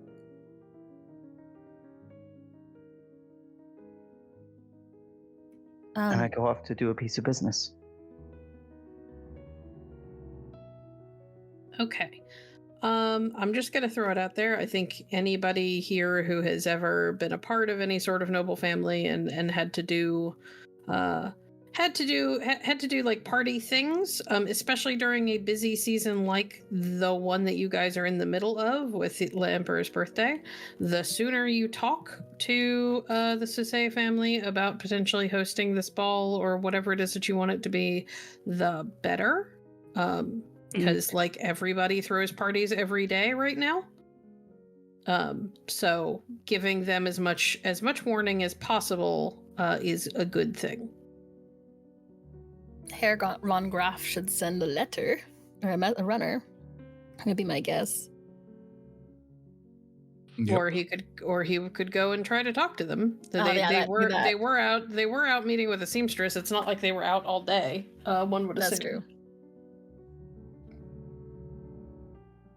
Yeah, he could do that. He wouldn't enjoy it, but he can do it. He never does. We must all Viviana make would offer to sacrifices. go. Viviana would offer to go with Yep. him. And we split the party. Yep, split the party. No, that's All right. fine. Sorry, go ahead. No, please. If you don't mind, Herr von Graf, I might accompany you as well. For one thing, I need to see how much black fabric is not selling this season. Also, I may need to pop into a shop to see if I can't find a Montaigne edition of one of my romantic books. As long as I'm going to be putting you in a bad position, I might as well make it look like you're trying to research romance. Yeah. Dottore, I may actually have a dress.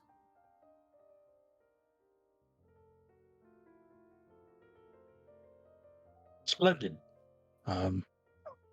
We will arrange the other one as potentially a backup, depending on whether or not there are size considerations.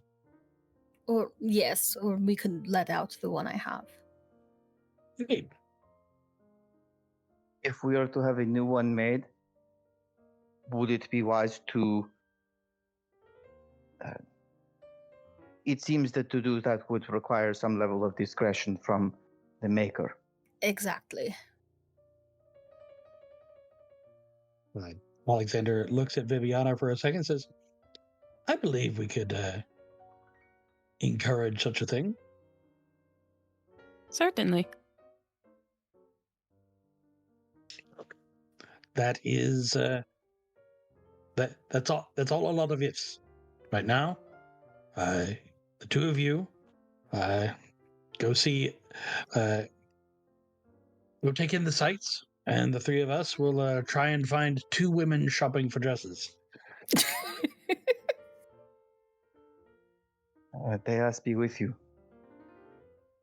Ego. And also Well- with you. Lucia will grab Alonso's arm and start dragging him out. Before you leave, Lucia, could I speak to you for a moment? Perché? Nothing of grave importance, but I have something I wish to say to you. All right. Does it need to be private? I would prefer it. Then we will step outside.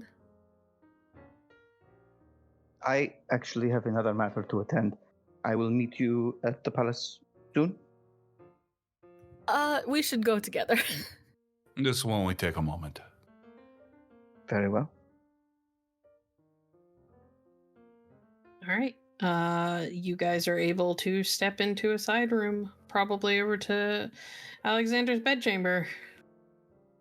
Nothing inappropriate about that. No, nothing at all.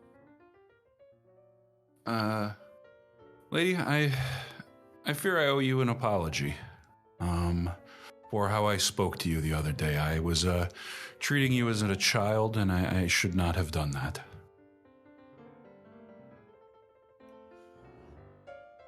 How old are you, Lord Groth? 45. To you, I will always be a child. Well, you are an adult, and in the future, I will do my best to treat you as one. And how I spoke was inappropriate, and I do feel that I should apologize to you for it. However, going forward, I would like you to keep in mind that your actions and decisions impact people beyond yourself. Alonso has sworn to defend you, and he is, by all appearances, willing to die in your service. And you have a responsibility to see that if he is to sacrifice himself, that it is for something worthy. In this, you are right. It is senseless to waste a good swordsman on stupidity. Yes, people under your command, they're callous to say so, but their lives are like coins. You can choose how to spend them, what objective is worth spending their lives to achieve, and afterwards you will be forced to look yourself into the mirror, and you will ask yourself, was it worth it? And for your own sake, I hope that you're able to say yes. Theos willing, I hope I do too. And thank you for apologizing, but I do not think you needed to. Well, and also in my experience, when I have to apologize for a woman, bringing a gift also makes things easier. And Heinrich reaches into his bag and pulls out a lacquered wooden box. This belonged to my wife, but I would like you to have it. Grazie. She'll take the box. Because you open it up and it's a gun. Oh, hell no. Yeah. What have you done? Lucia makes an inhuman sound. Grazie, signore. I will need to learn to use it. You should ask Alonso how to teach you. I will wait until he's a little less excitable. Yes, a little more sober. See, Herr von Graf, perhaps it is worth speaking to Jamais as well. She is being courted by a Felici, and we throw the best parties in Vadace. Yes, I will definitely be speaking to her. I'm dreading the conversation because I really do not particularly enjoy attending these types of parties, much less hosting one, but we all must do our duty. They are like battlefields. You should enjoy them. I didn't enjoy battlefields either. Lucia gives Heinrich a praising look.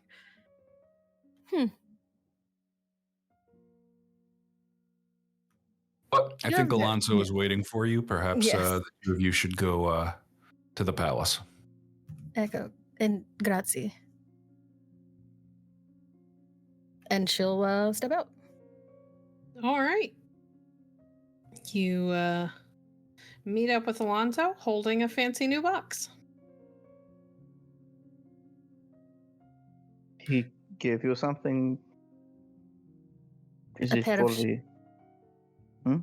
A pair of shoes.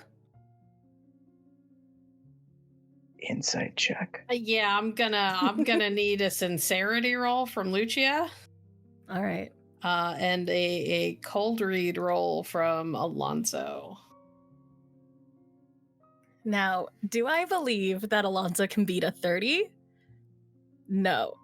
Am I going to add a drama die? Yes. Okay, spend the drama die. Alonso, I hope you have enough drama dice, man. That is a 32. So your one more. Oh my god. That's a 40. Your target number is 40, wits and cold read. Cool. 19. I'm assuming you don't want to spend drama die to try and hit 40, huh? He looks at the box, shrugs, and walks off. Cool. That might be the worst use of drama dice we have seen so far. I have so many.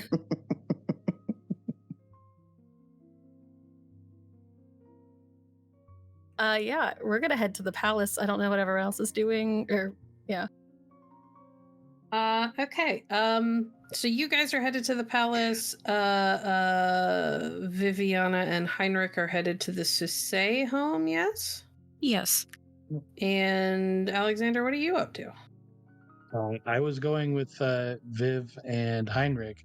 Are we going to the Susay home, or are we going to try and find them because we were told they were out? I mean, that was also a few hours ago. Sure.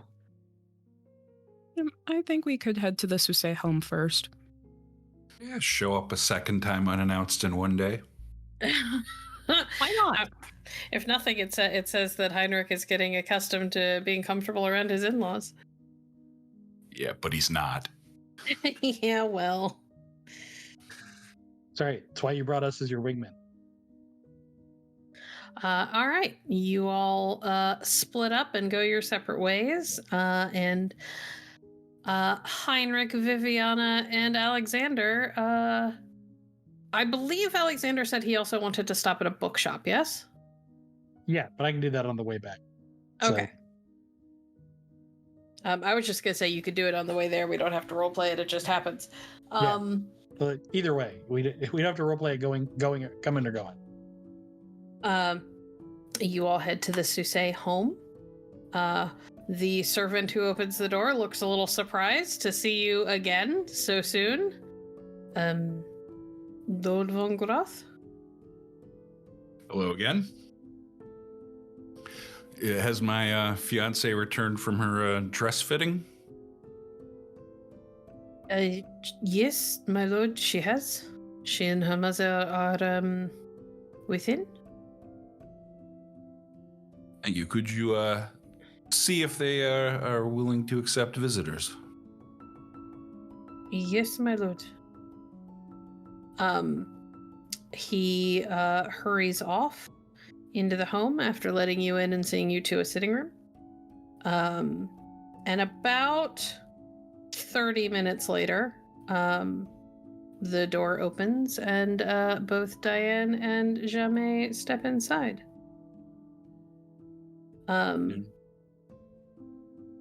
Heinrich will get up and greet his fiancée, do the obligatory hand kiss. She looks pleased and appropriately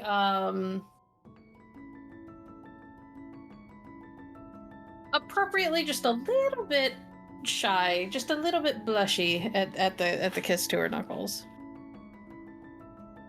And it is good to see you and your companions. Thank you. I've missed you greatly. I fear I've been neglecting seeing you in the past few days.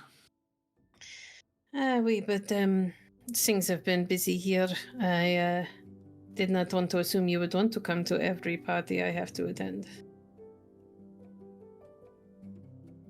Well, perhaps not every party, but that is actually why I have come by to visit.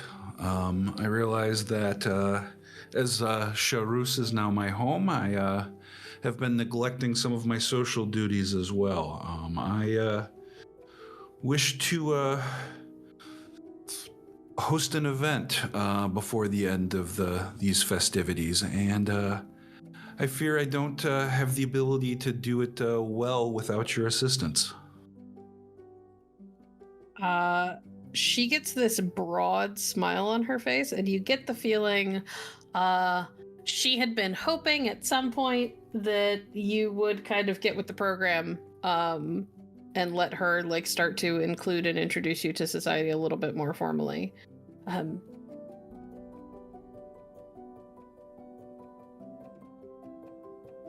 I would love that. When were you thinking? Well, unfortunately, we don't have a tremendous amount of time before the festivities of the Emperor's birthday would conclude, so I was thinking perhaps in 3 or 4 days, if you think that we could get enough people to attend. She looks a little thoughtful and looks over to her mother. Sémø sort of taps the tip of a long nail against her lips. 4 days is a tall order. Not impossible. It would require some amount of social capital. Some reason to get people to change their plans. If I may, Madame and Mademoiselle, I believe I have been summoned to exactly that purpose, as Herr von Groth is my dear friend, and his descriptions of you, Mademoiselle, are as florid as I have ever heard from such a stoic figure, but they do not do you justice. It gives a little smile. And you want a out of character, did you ask for like a party or a salon? I mean, I know they're kind of the same thing, but there's like a difference between a ball and a salon in terms of size. Well, Heinrich's house by noble standards is not huge. You know, I mean, it's still in like a wealthy area of the town, but it's not big enough to host hundreds of people. That's fair. So probably a salon, if I understand the difference, which... Yes. Salons are smaller, more intimate. It's not all about dancing and drinking. It's more about hanging out. A large party would take more time, but we could certainly put together a small, intimate gathering within a few days, especially if we have a famous author here. Yes, the good Reverend has offered to do a reading of one of his books as well.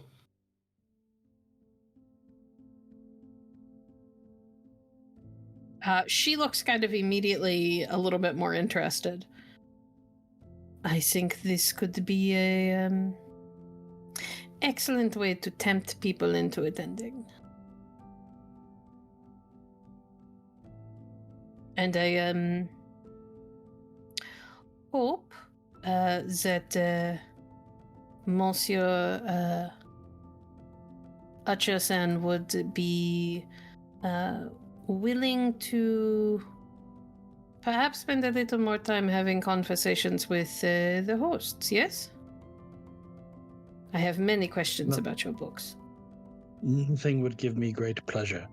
I am given to understand that Madame is a scholar of history herself, and I would love to. While I have passed through the libraries of La Grande Université, I have hardly had time to sit down and pick up a book. So I would love to discuss such matters with you at your leisure. She kind of smiles broadly at that. Excellent. I think I can manage this. Do you want to host it at your home,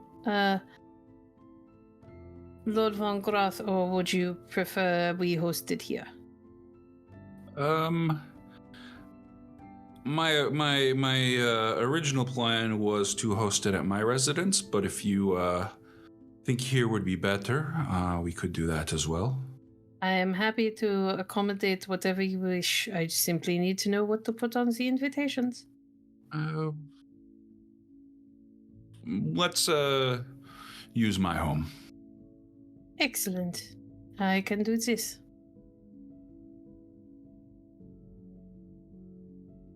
Well, let's say in 4 days, you should, actually, you have a housekeeper? Yes. Excellent. I will have, we will have plans drawn up and sent to her. I imagine it might be easier for her to do most of the preparations than you try to convey everything. Third party, yes?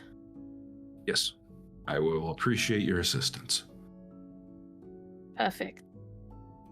And will you entrust me with the guest list? Of course, of course. She smiles. Perfect. Well, I don't mean to be rude, but I did have, I have a party to get to in a few hours and I still need to go and prepare. So if you do not need anything else, I should see myself out. Alexander will kind of look pointedly at Viviana to see if there's anything she wants or needs to add at this point. Viviana adopts her usual very charming smile, aims it at Jemay. If you do not mind, Lady Susse du Susse, I might request the pleasure of your company for a bit of time. I suppose I can do this. If you don't mind spending time with me while I prepare. Of course. Well, then we will leave these gentlemen in the company of each other, and she looks over at Diana, who's like, I have to get ready too. But I will be up in a few moments. And Jemay sort of nods. Turns and gives a very polite curtsy to Heinrich, and nods to Alexander before turning and sweeping out of the room, leaving Viviana to follow. Viviana does indeed follow.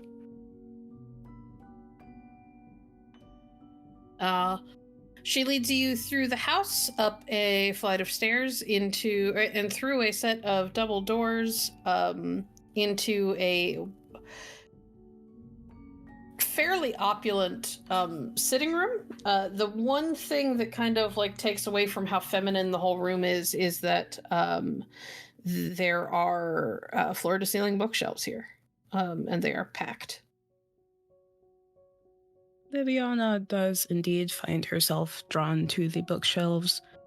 She runs her finger along the spines of some of them, but she does not wander too far from Jemay. And I think what she immediately does is she launches into not quite verbal sparring, but she's trying to get Jemay riled up, not on like a political conversation, but on a topic of conversation that she would find interesting, like giving her a chance to express her intelligence.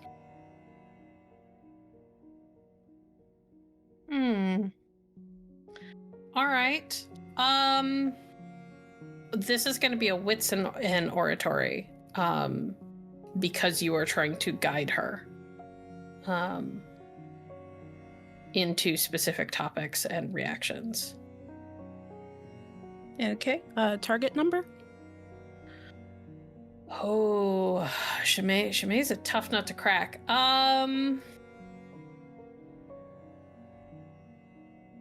Let's say A 25 will get her to at least seem vaguely interested in your topic. 30 will get her really going. She's a very well-controlled and seasoned courtier, so. Then I will take 2 raises. You're going for 40? I'm 35. Or 35? Yes, Okay. 35. That puts you at 31. I will spend a drama die. Do it. 36. Very good. You find as you talk, you're avoiding kind of heavy political topics because you don't want to risk stepping on toes and getting into things about like Glamour or whatever. But you start talking. You remember Alexander mentioning that she is a student of history.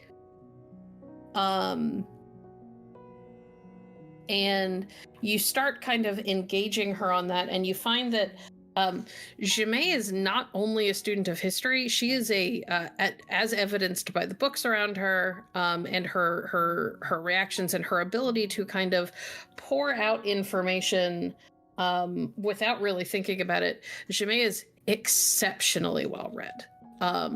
She may not be quite the academic that Alexander is, but you get the feeling that had she not been thrust into the position of the head of a of a family like this one, and then had to, ended up maneuvering herself into the position of Lamper's, which she could have been an academic of Alexander's caliber easily, had she been given the opportunity to. Viviana is truly, genuinely very impressed by this. And her smile goes from just being, charming to being much more genuine. And she says to Sémø, "You certainly know your topics. I'm not surprised given your reputation, but this conversation has been quite enjoyable." She smiles. Something that you do notice, having talked to her when she is in, wit mode, she does not go out of her way to, throw around a bunch of veiled insults and stuff with this. She's having a genuine spirited debate and conversation about major points in history, about she's really into talking about trade at times. Not so much the way that you have seen Heinrich get into it, where it's all kind of cold and calculating, but she seems to relate a lot of the working of trade routes and dealing with the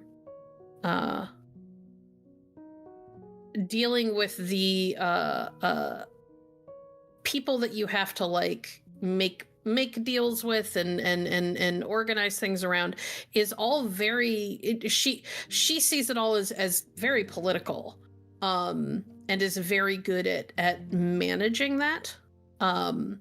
And she is,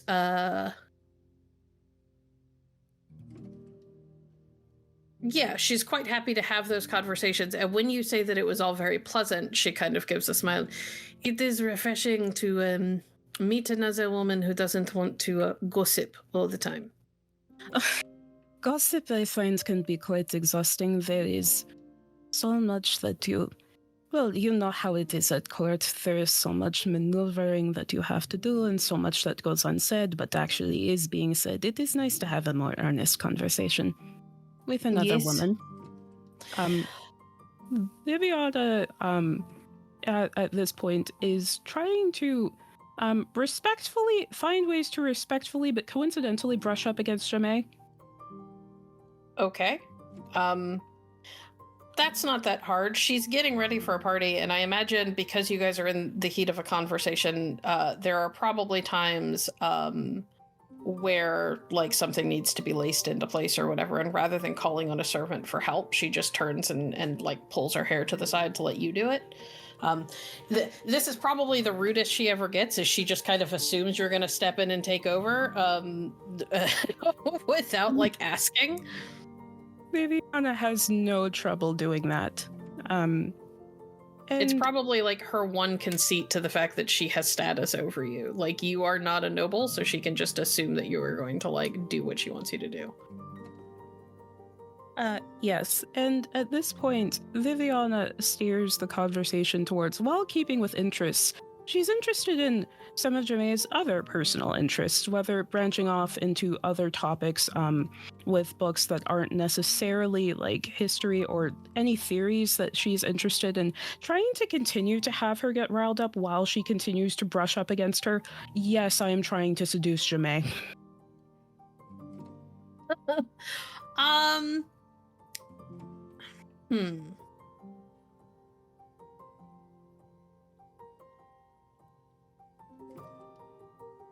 I have to make a decision I didn't think I'd have to make, which is whether or not Jame is interested in women.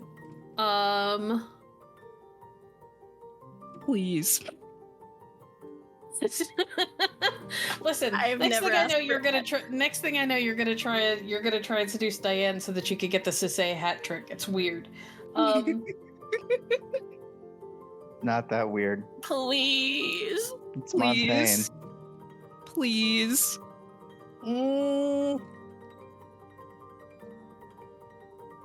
Make your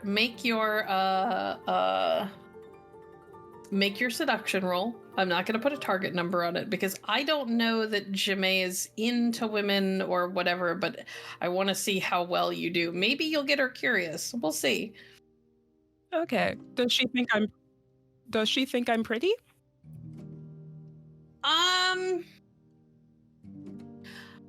When I say no, it's not because she doesn't think you're attractive. It's because I don't think she's like considered being sexually attracted to you. Does that make sense?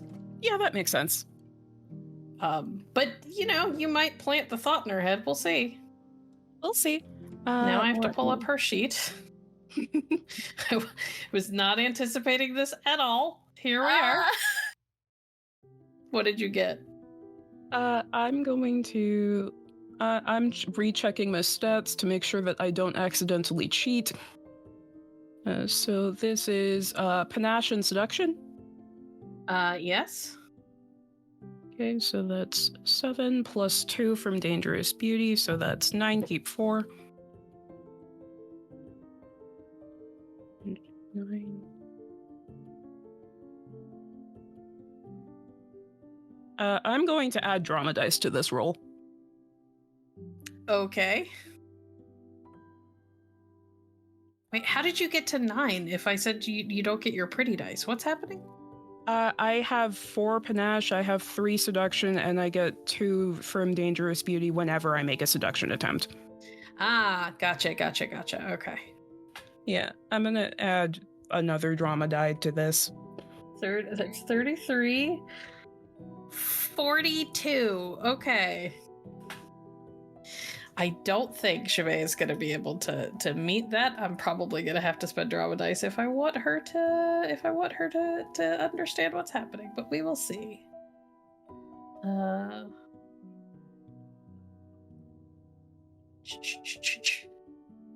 Honestly, yeah. Can I use more drama dice?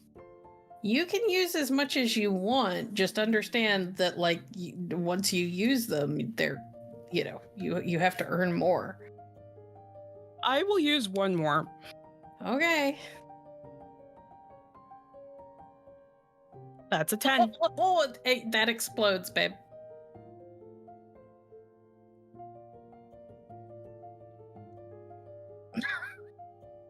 What is happening?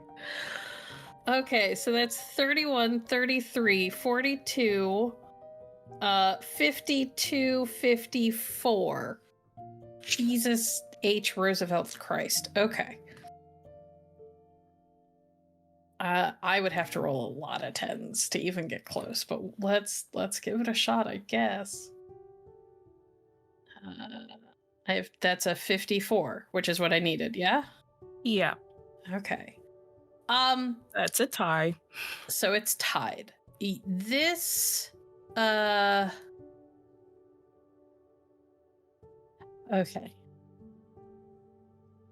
As this goes on, Jame doesn't react for a while, and after a while you're starting to wonder if she's just oblivious.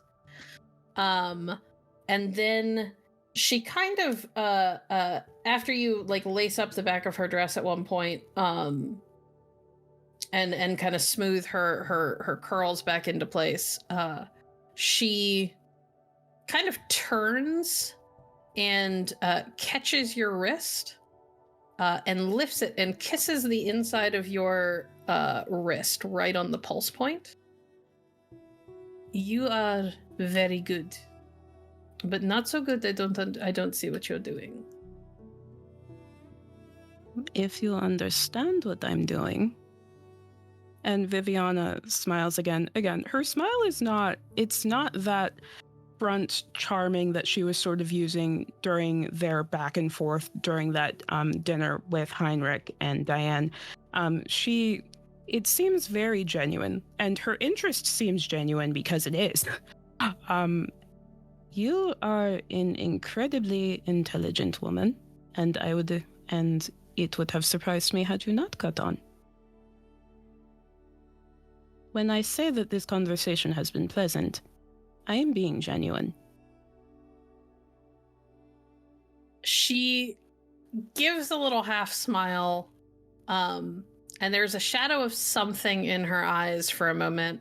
Right before she, there's a shadow of something in her eyes right before she puts her fingers under your chin and tilts it upward and presses just the most feather light of kisses to your lips. You interest me. You would be at the party, yes? Of course I will. Good. You should wear something. She kind of looks thoughtful for a moment. Wear something head-turning. As you wish. Now, fun as all of this is, I really must finish getting ready, and you, precious one, are a distraction. I will leave you in peace, my lady. And she kind of gestures to the door and waits for you to go. Viviana will give her a curtsy and another smile, perhaps bordering on a smirk, and then she will leave. All right. You head down and are able to meet up with Heinrich and Alexander. Diane kind of hung out with you guys for a few more minutes. It's clear that she was mostly there because she wanted to talk to Heinrich and have a conversation. Not about anything in particular. It's more of a she hasn't really gotten to see you much since the party where you guys were sort of introduced to society. So she's excited. Alexander is happy to make himself as indistinct as possible while this is going on. A maid does come and like hang out in the room so that she's not left alone with two men, but she is also very good at making herself indistinct and unnoticed. And eventually she has to see herself out because it is time for her to get ready for her outing. And that happens just a couple of minutes before Viviana shows up.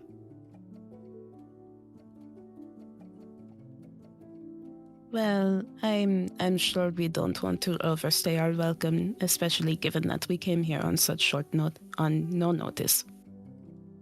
I would like Heinrich and Alexander to give me whatever kind of like notice roll you might have. Like I know Heinrich has perception. With wits? Yes. Target number? Like 15 average.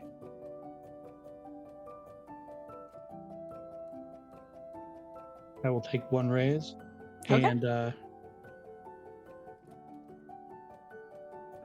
I will fail. I will pacify myself by after Jesus, Heinrich. Sorry, that was 3 tens. That was a lot. Sorry, continue, Book. Once Heinrich has finished rolling his god roll, I'm going to spend my monologue token on Viviana. Okay. Heinrich, you look up. Alexander has gotten so good at so intent on trying to just be a part of the furniture so that he's not noticeable while your fiance's in the room, that he doesn't seem to really register much other than the fact that Viviana's in the room. You, however, look over and immediately zero in that on the fact that her lips are just a little bit more red than they were when she left, and it's not a natural type of red. Like extra makeup, or It looks a little bit like, either she put on the lightest covering of makeup, or, you have seen men after they have been kissed by a woman in makeup.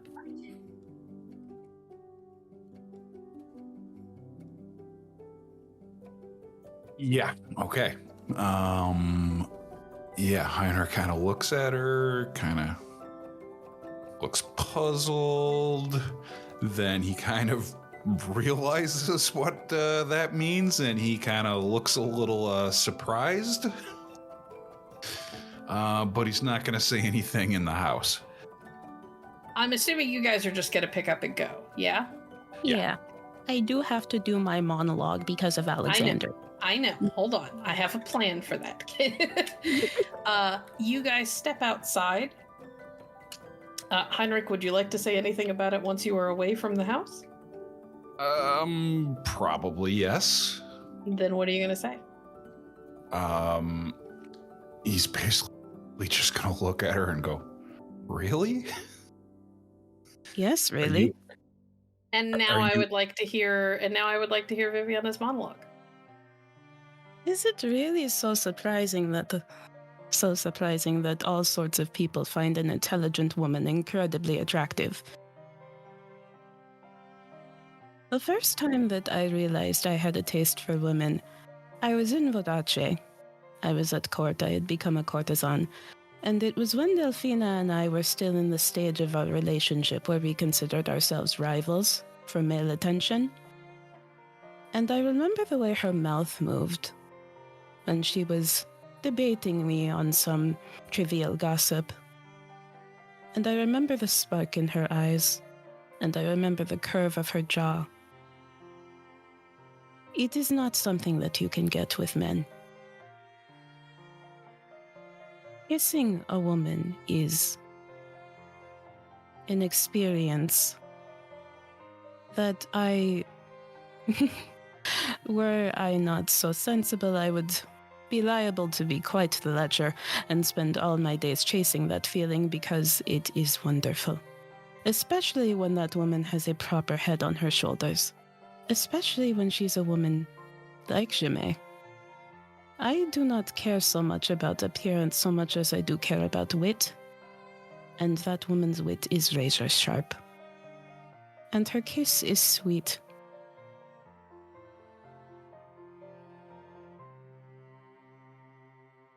Excellent. And I think that's where we're going to stop for the evening. Thank you for listening to Opus de Requiem, a 7th C First Edition actual play by Hollowed Haven Studios. Storytelling for this actual play is provided by Bloodied Porcelain. Alexander Hutcheson is played by Bookkeeper. Lucia De Felici is played by Clara Allison. Heinrich von Groth is played by Typhoon. Alonso Hernandez is played by Overthinker. Viviana Lucani is played by Glamour. Our intro music is by Sémø. Our art is by Daryl Arazak, who can be found at artstation.com/Daryl Arazak. Our editing is by Virens.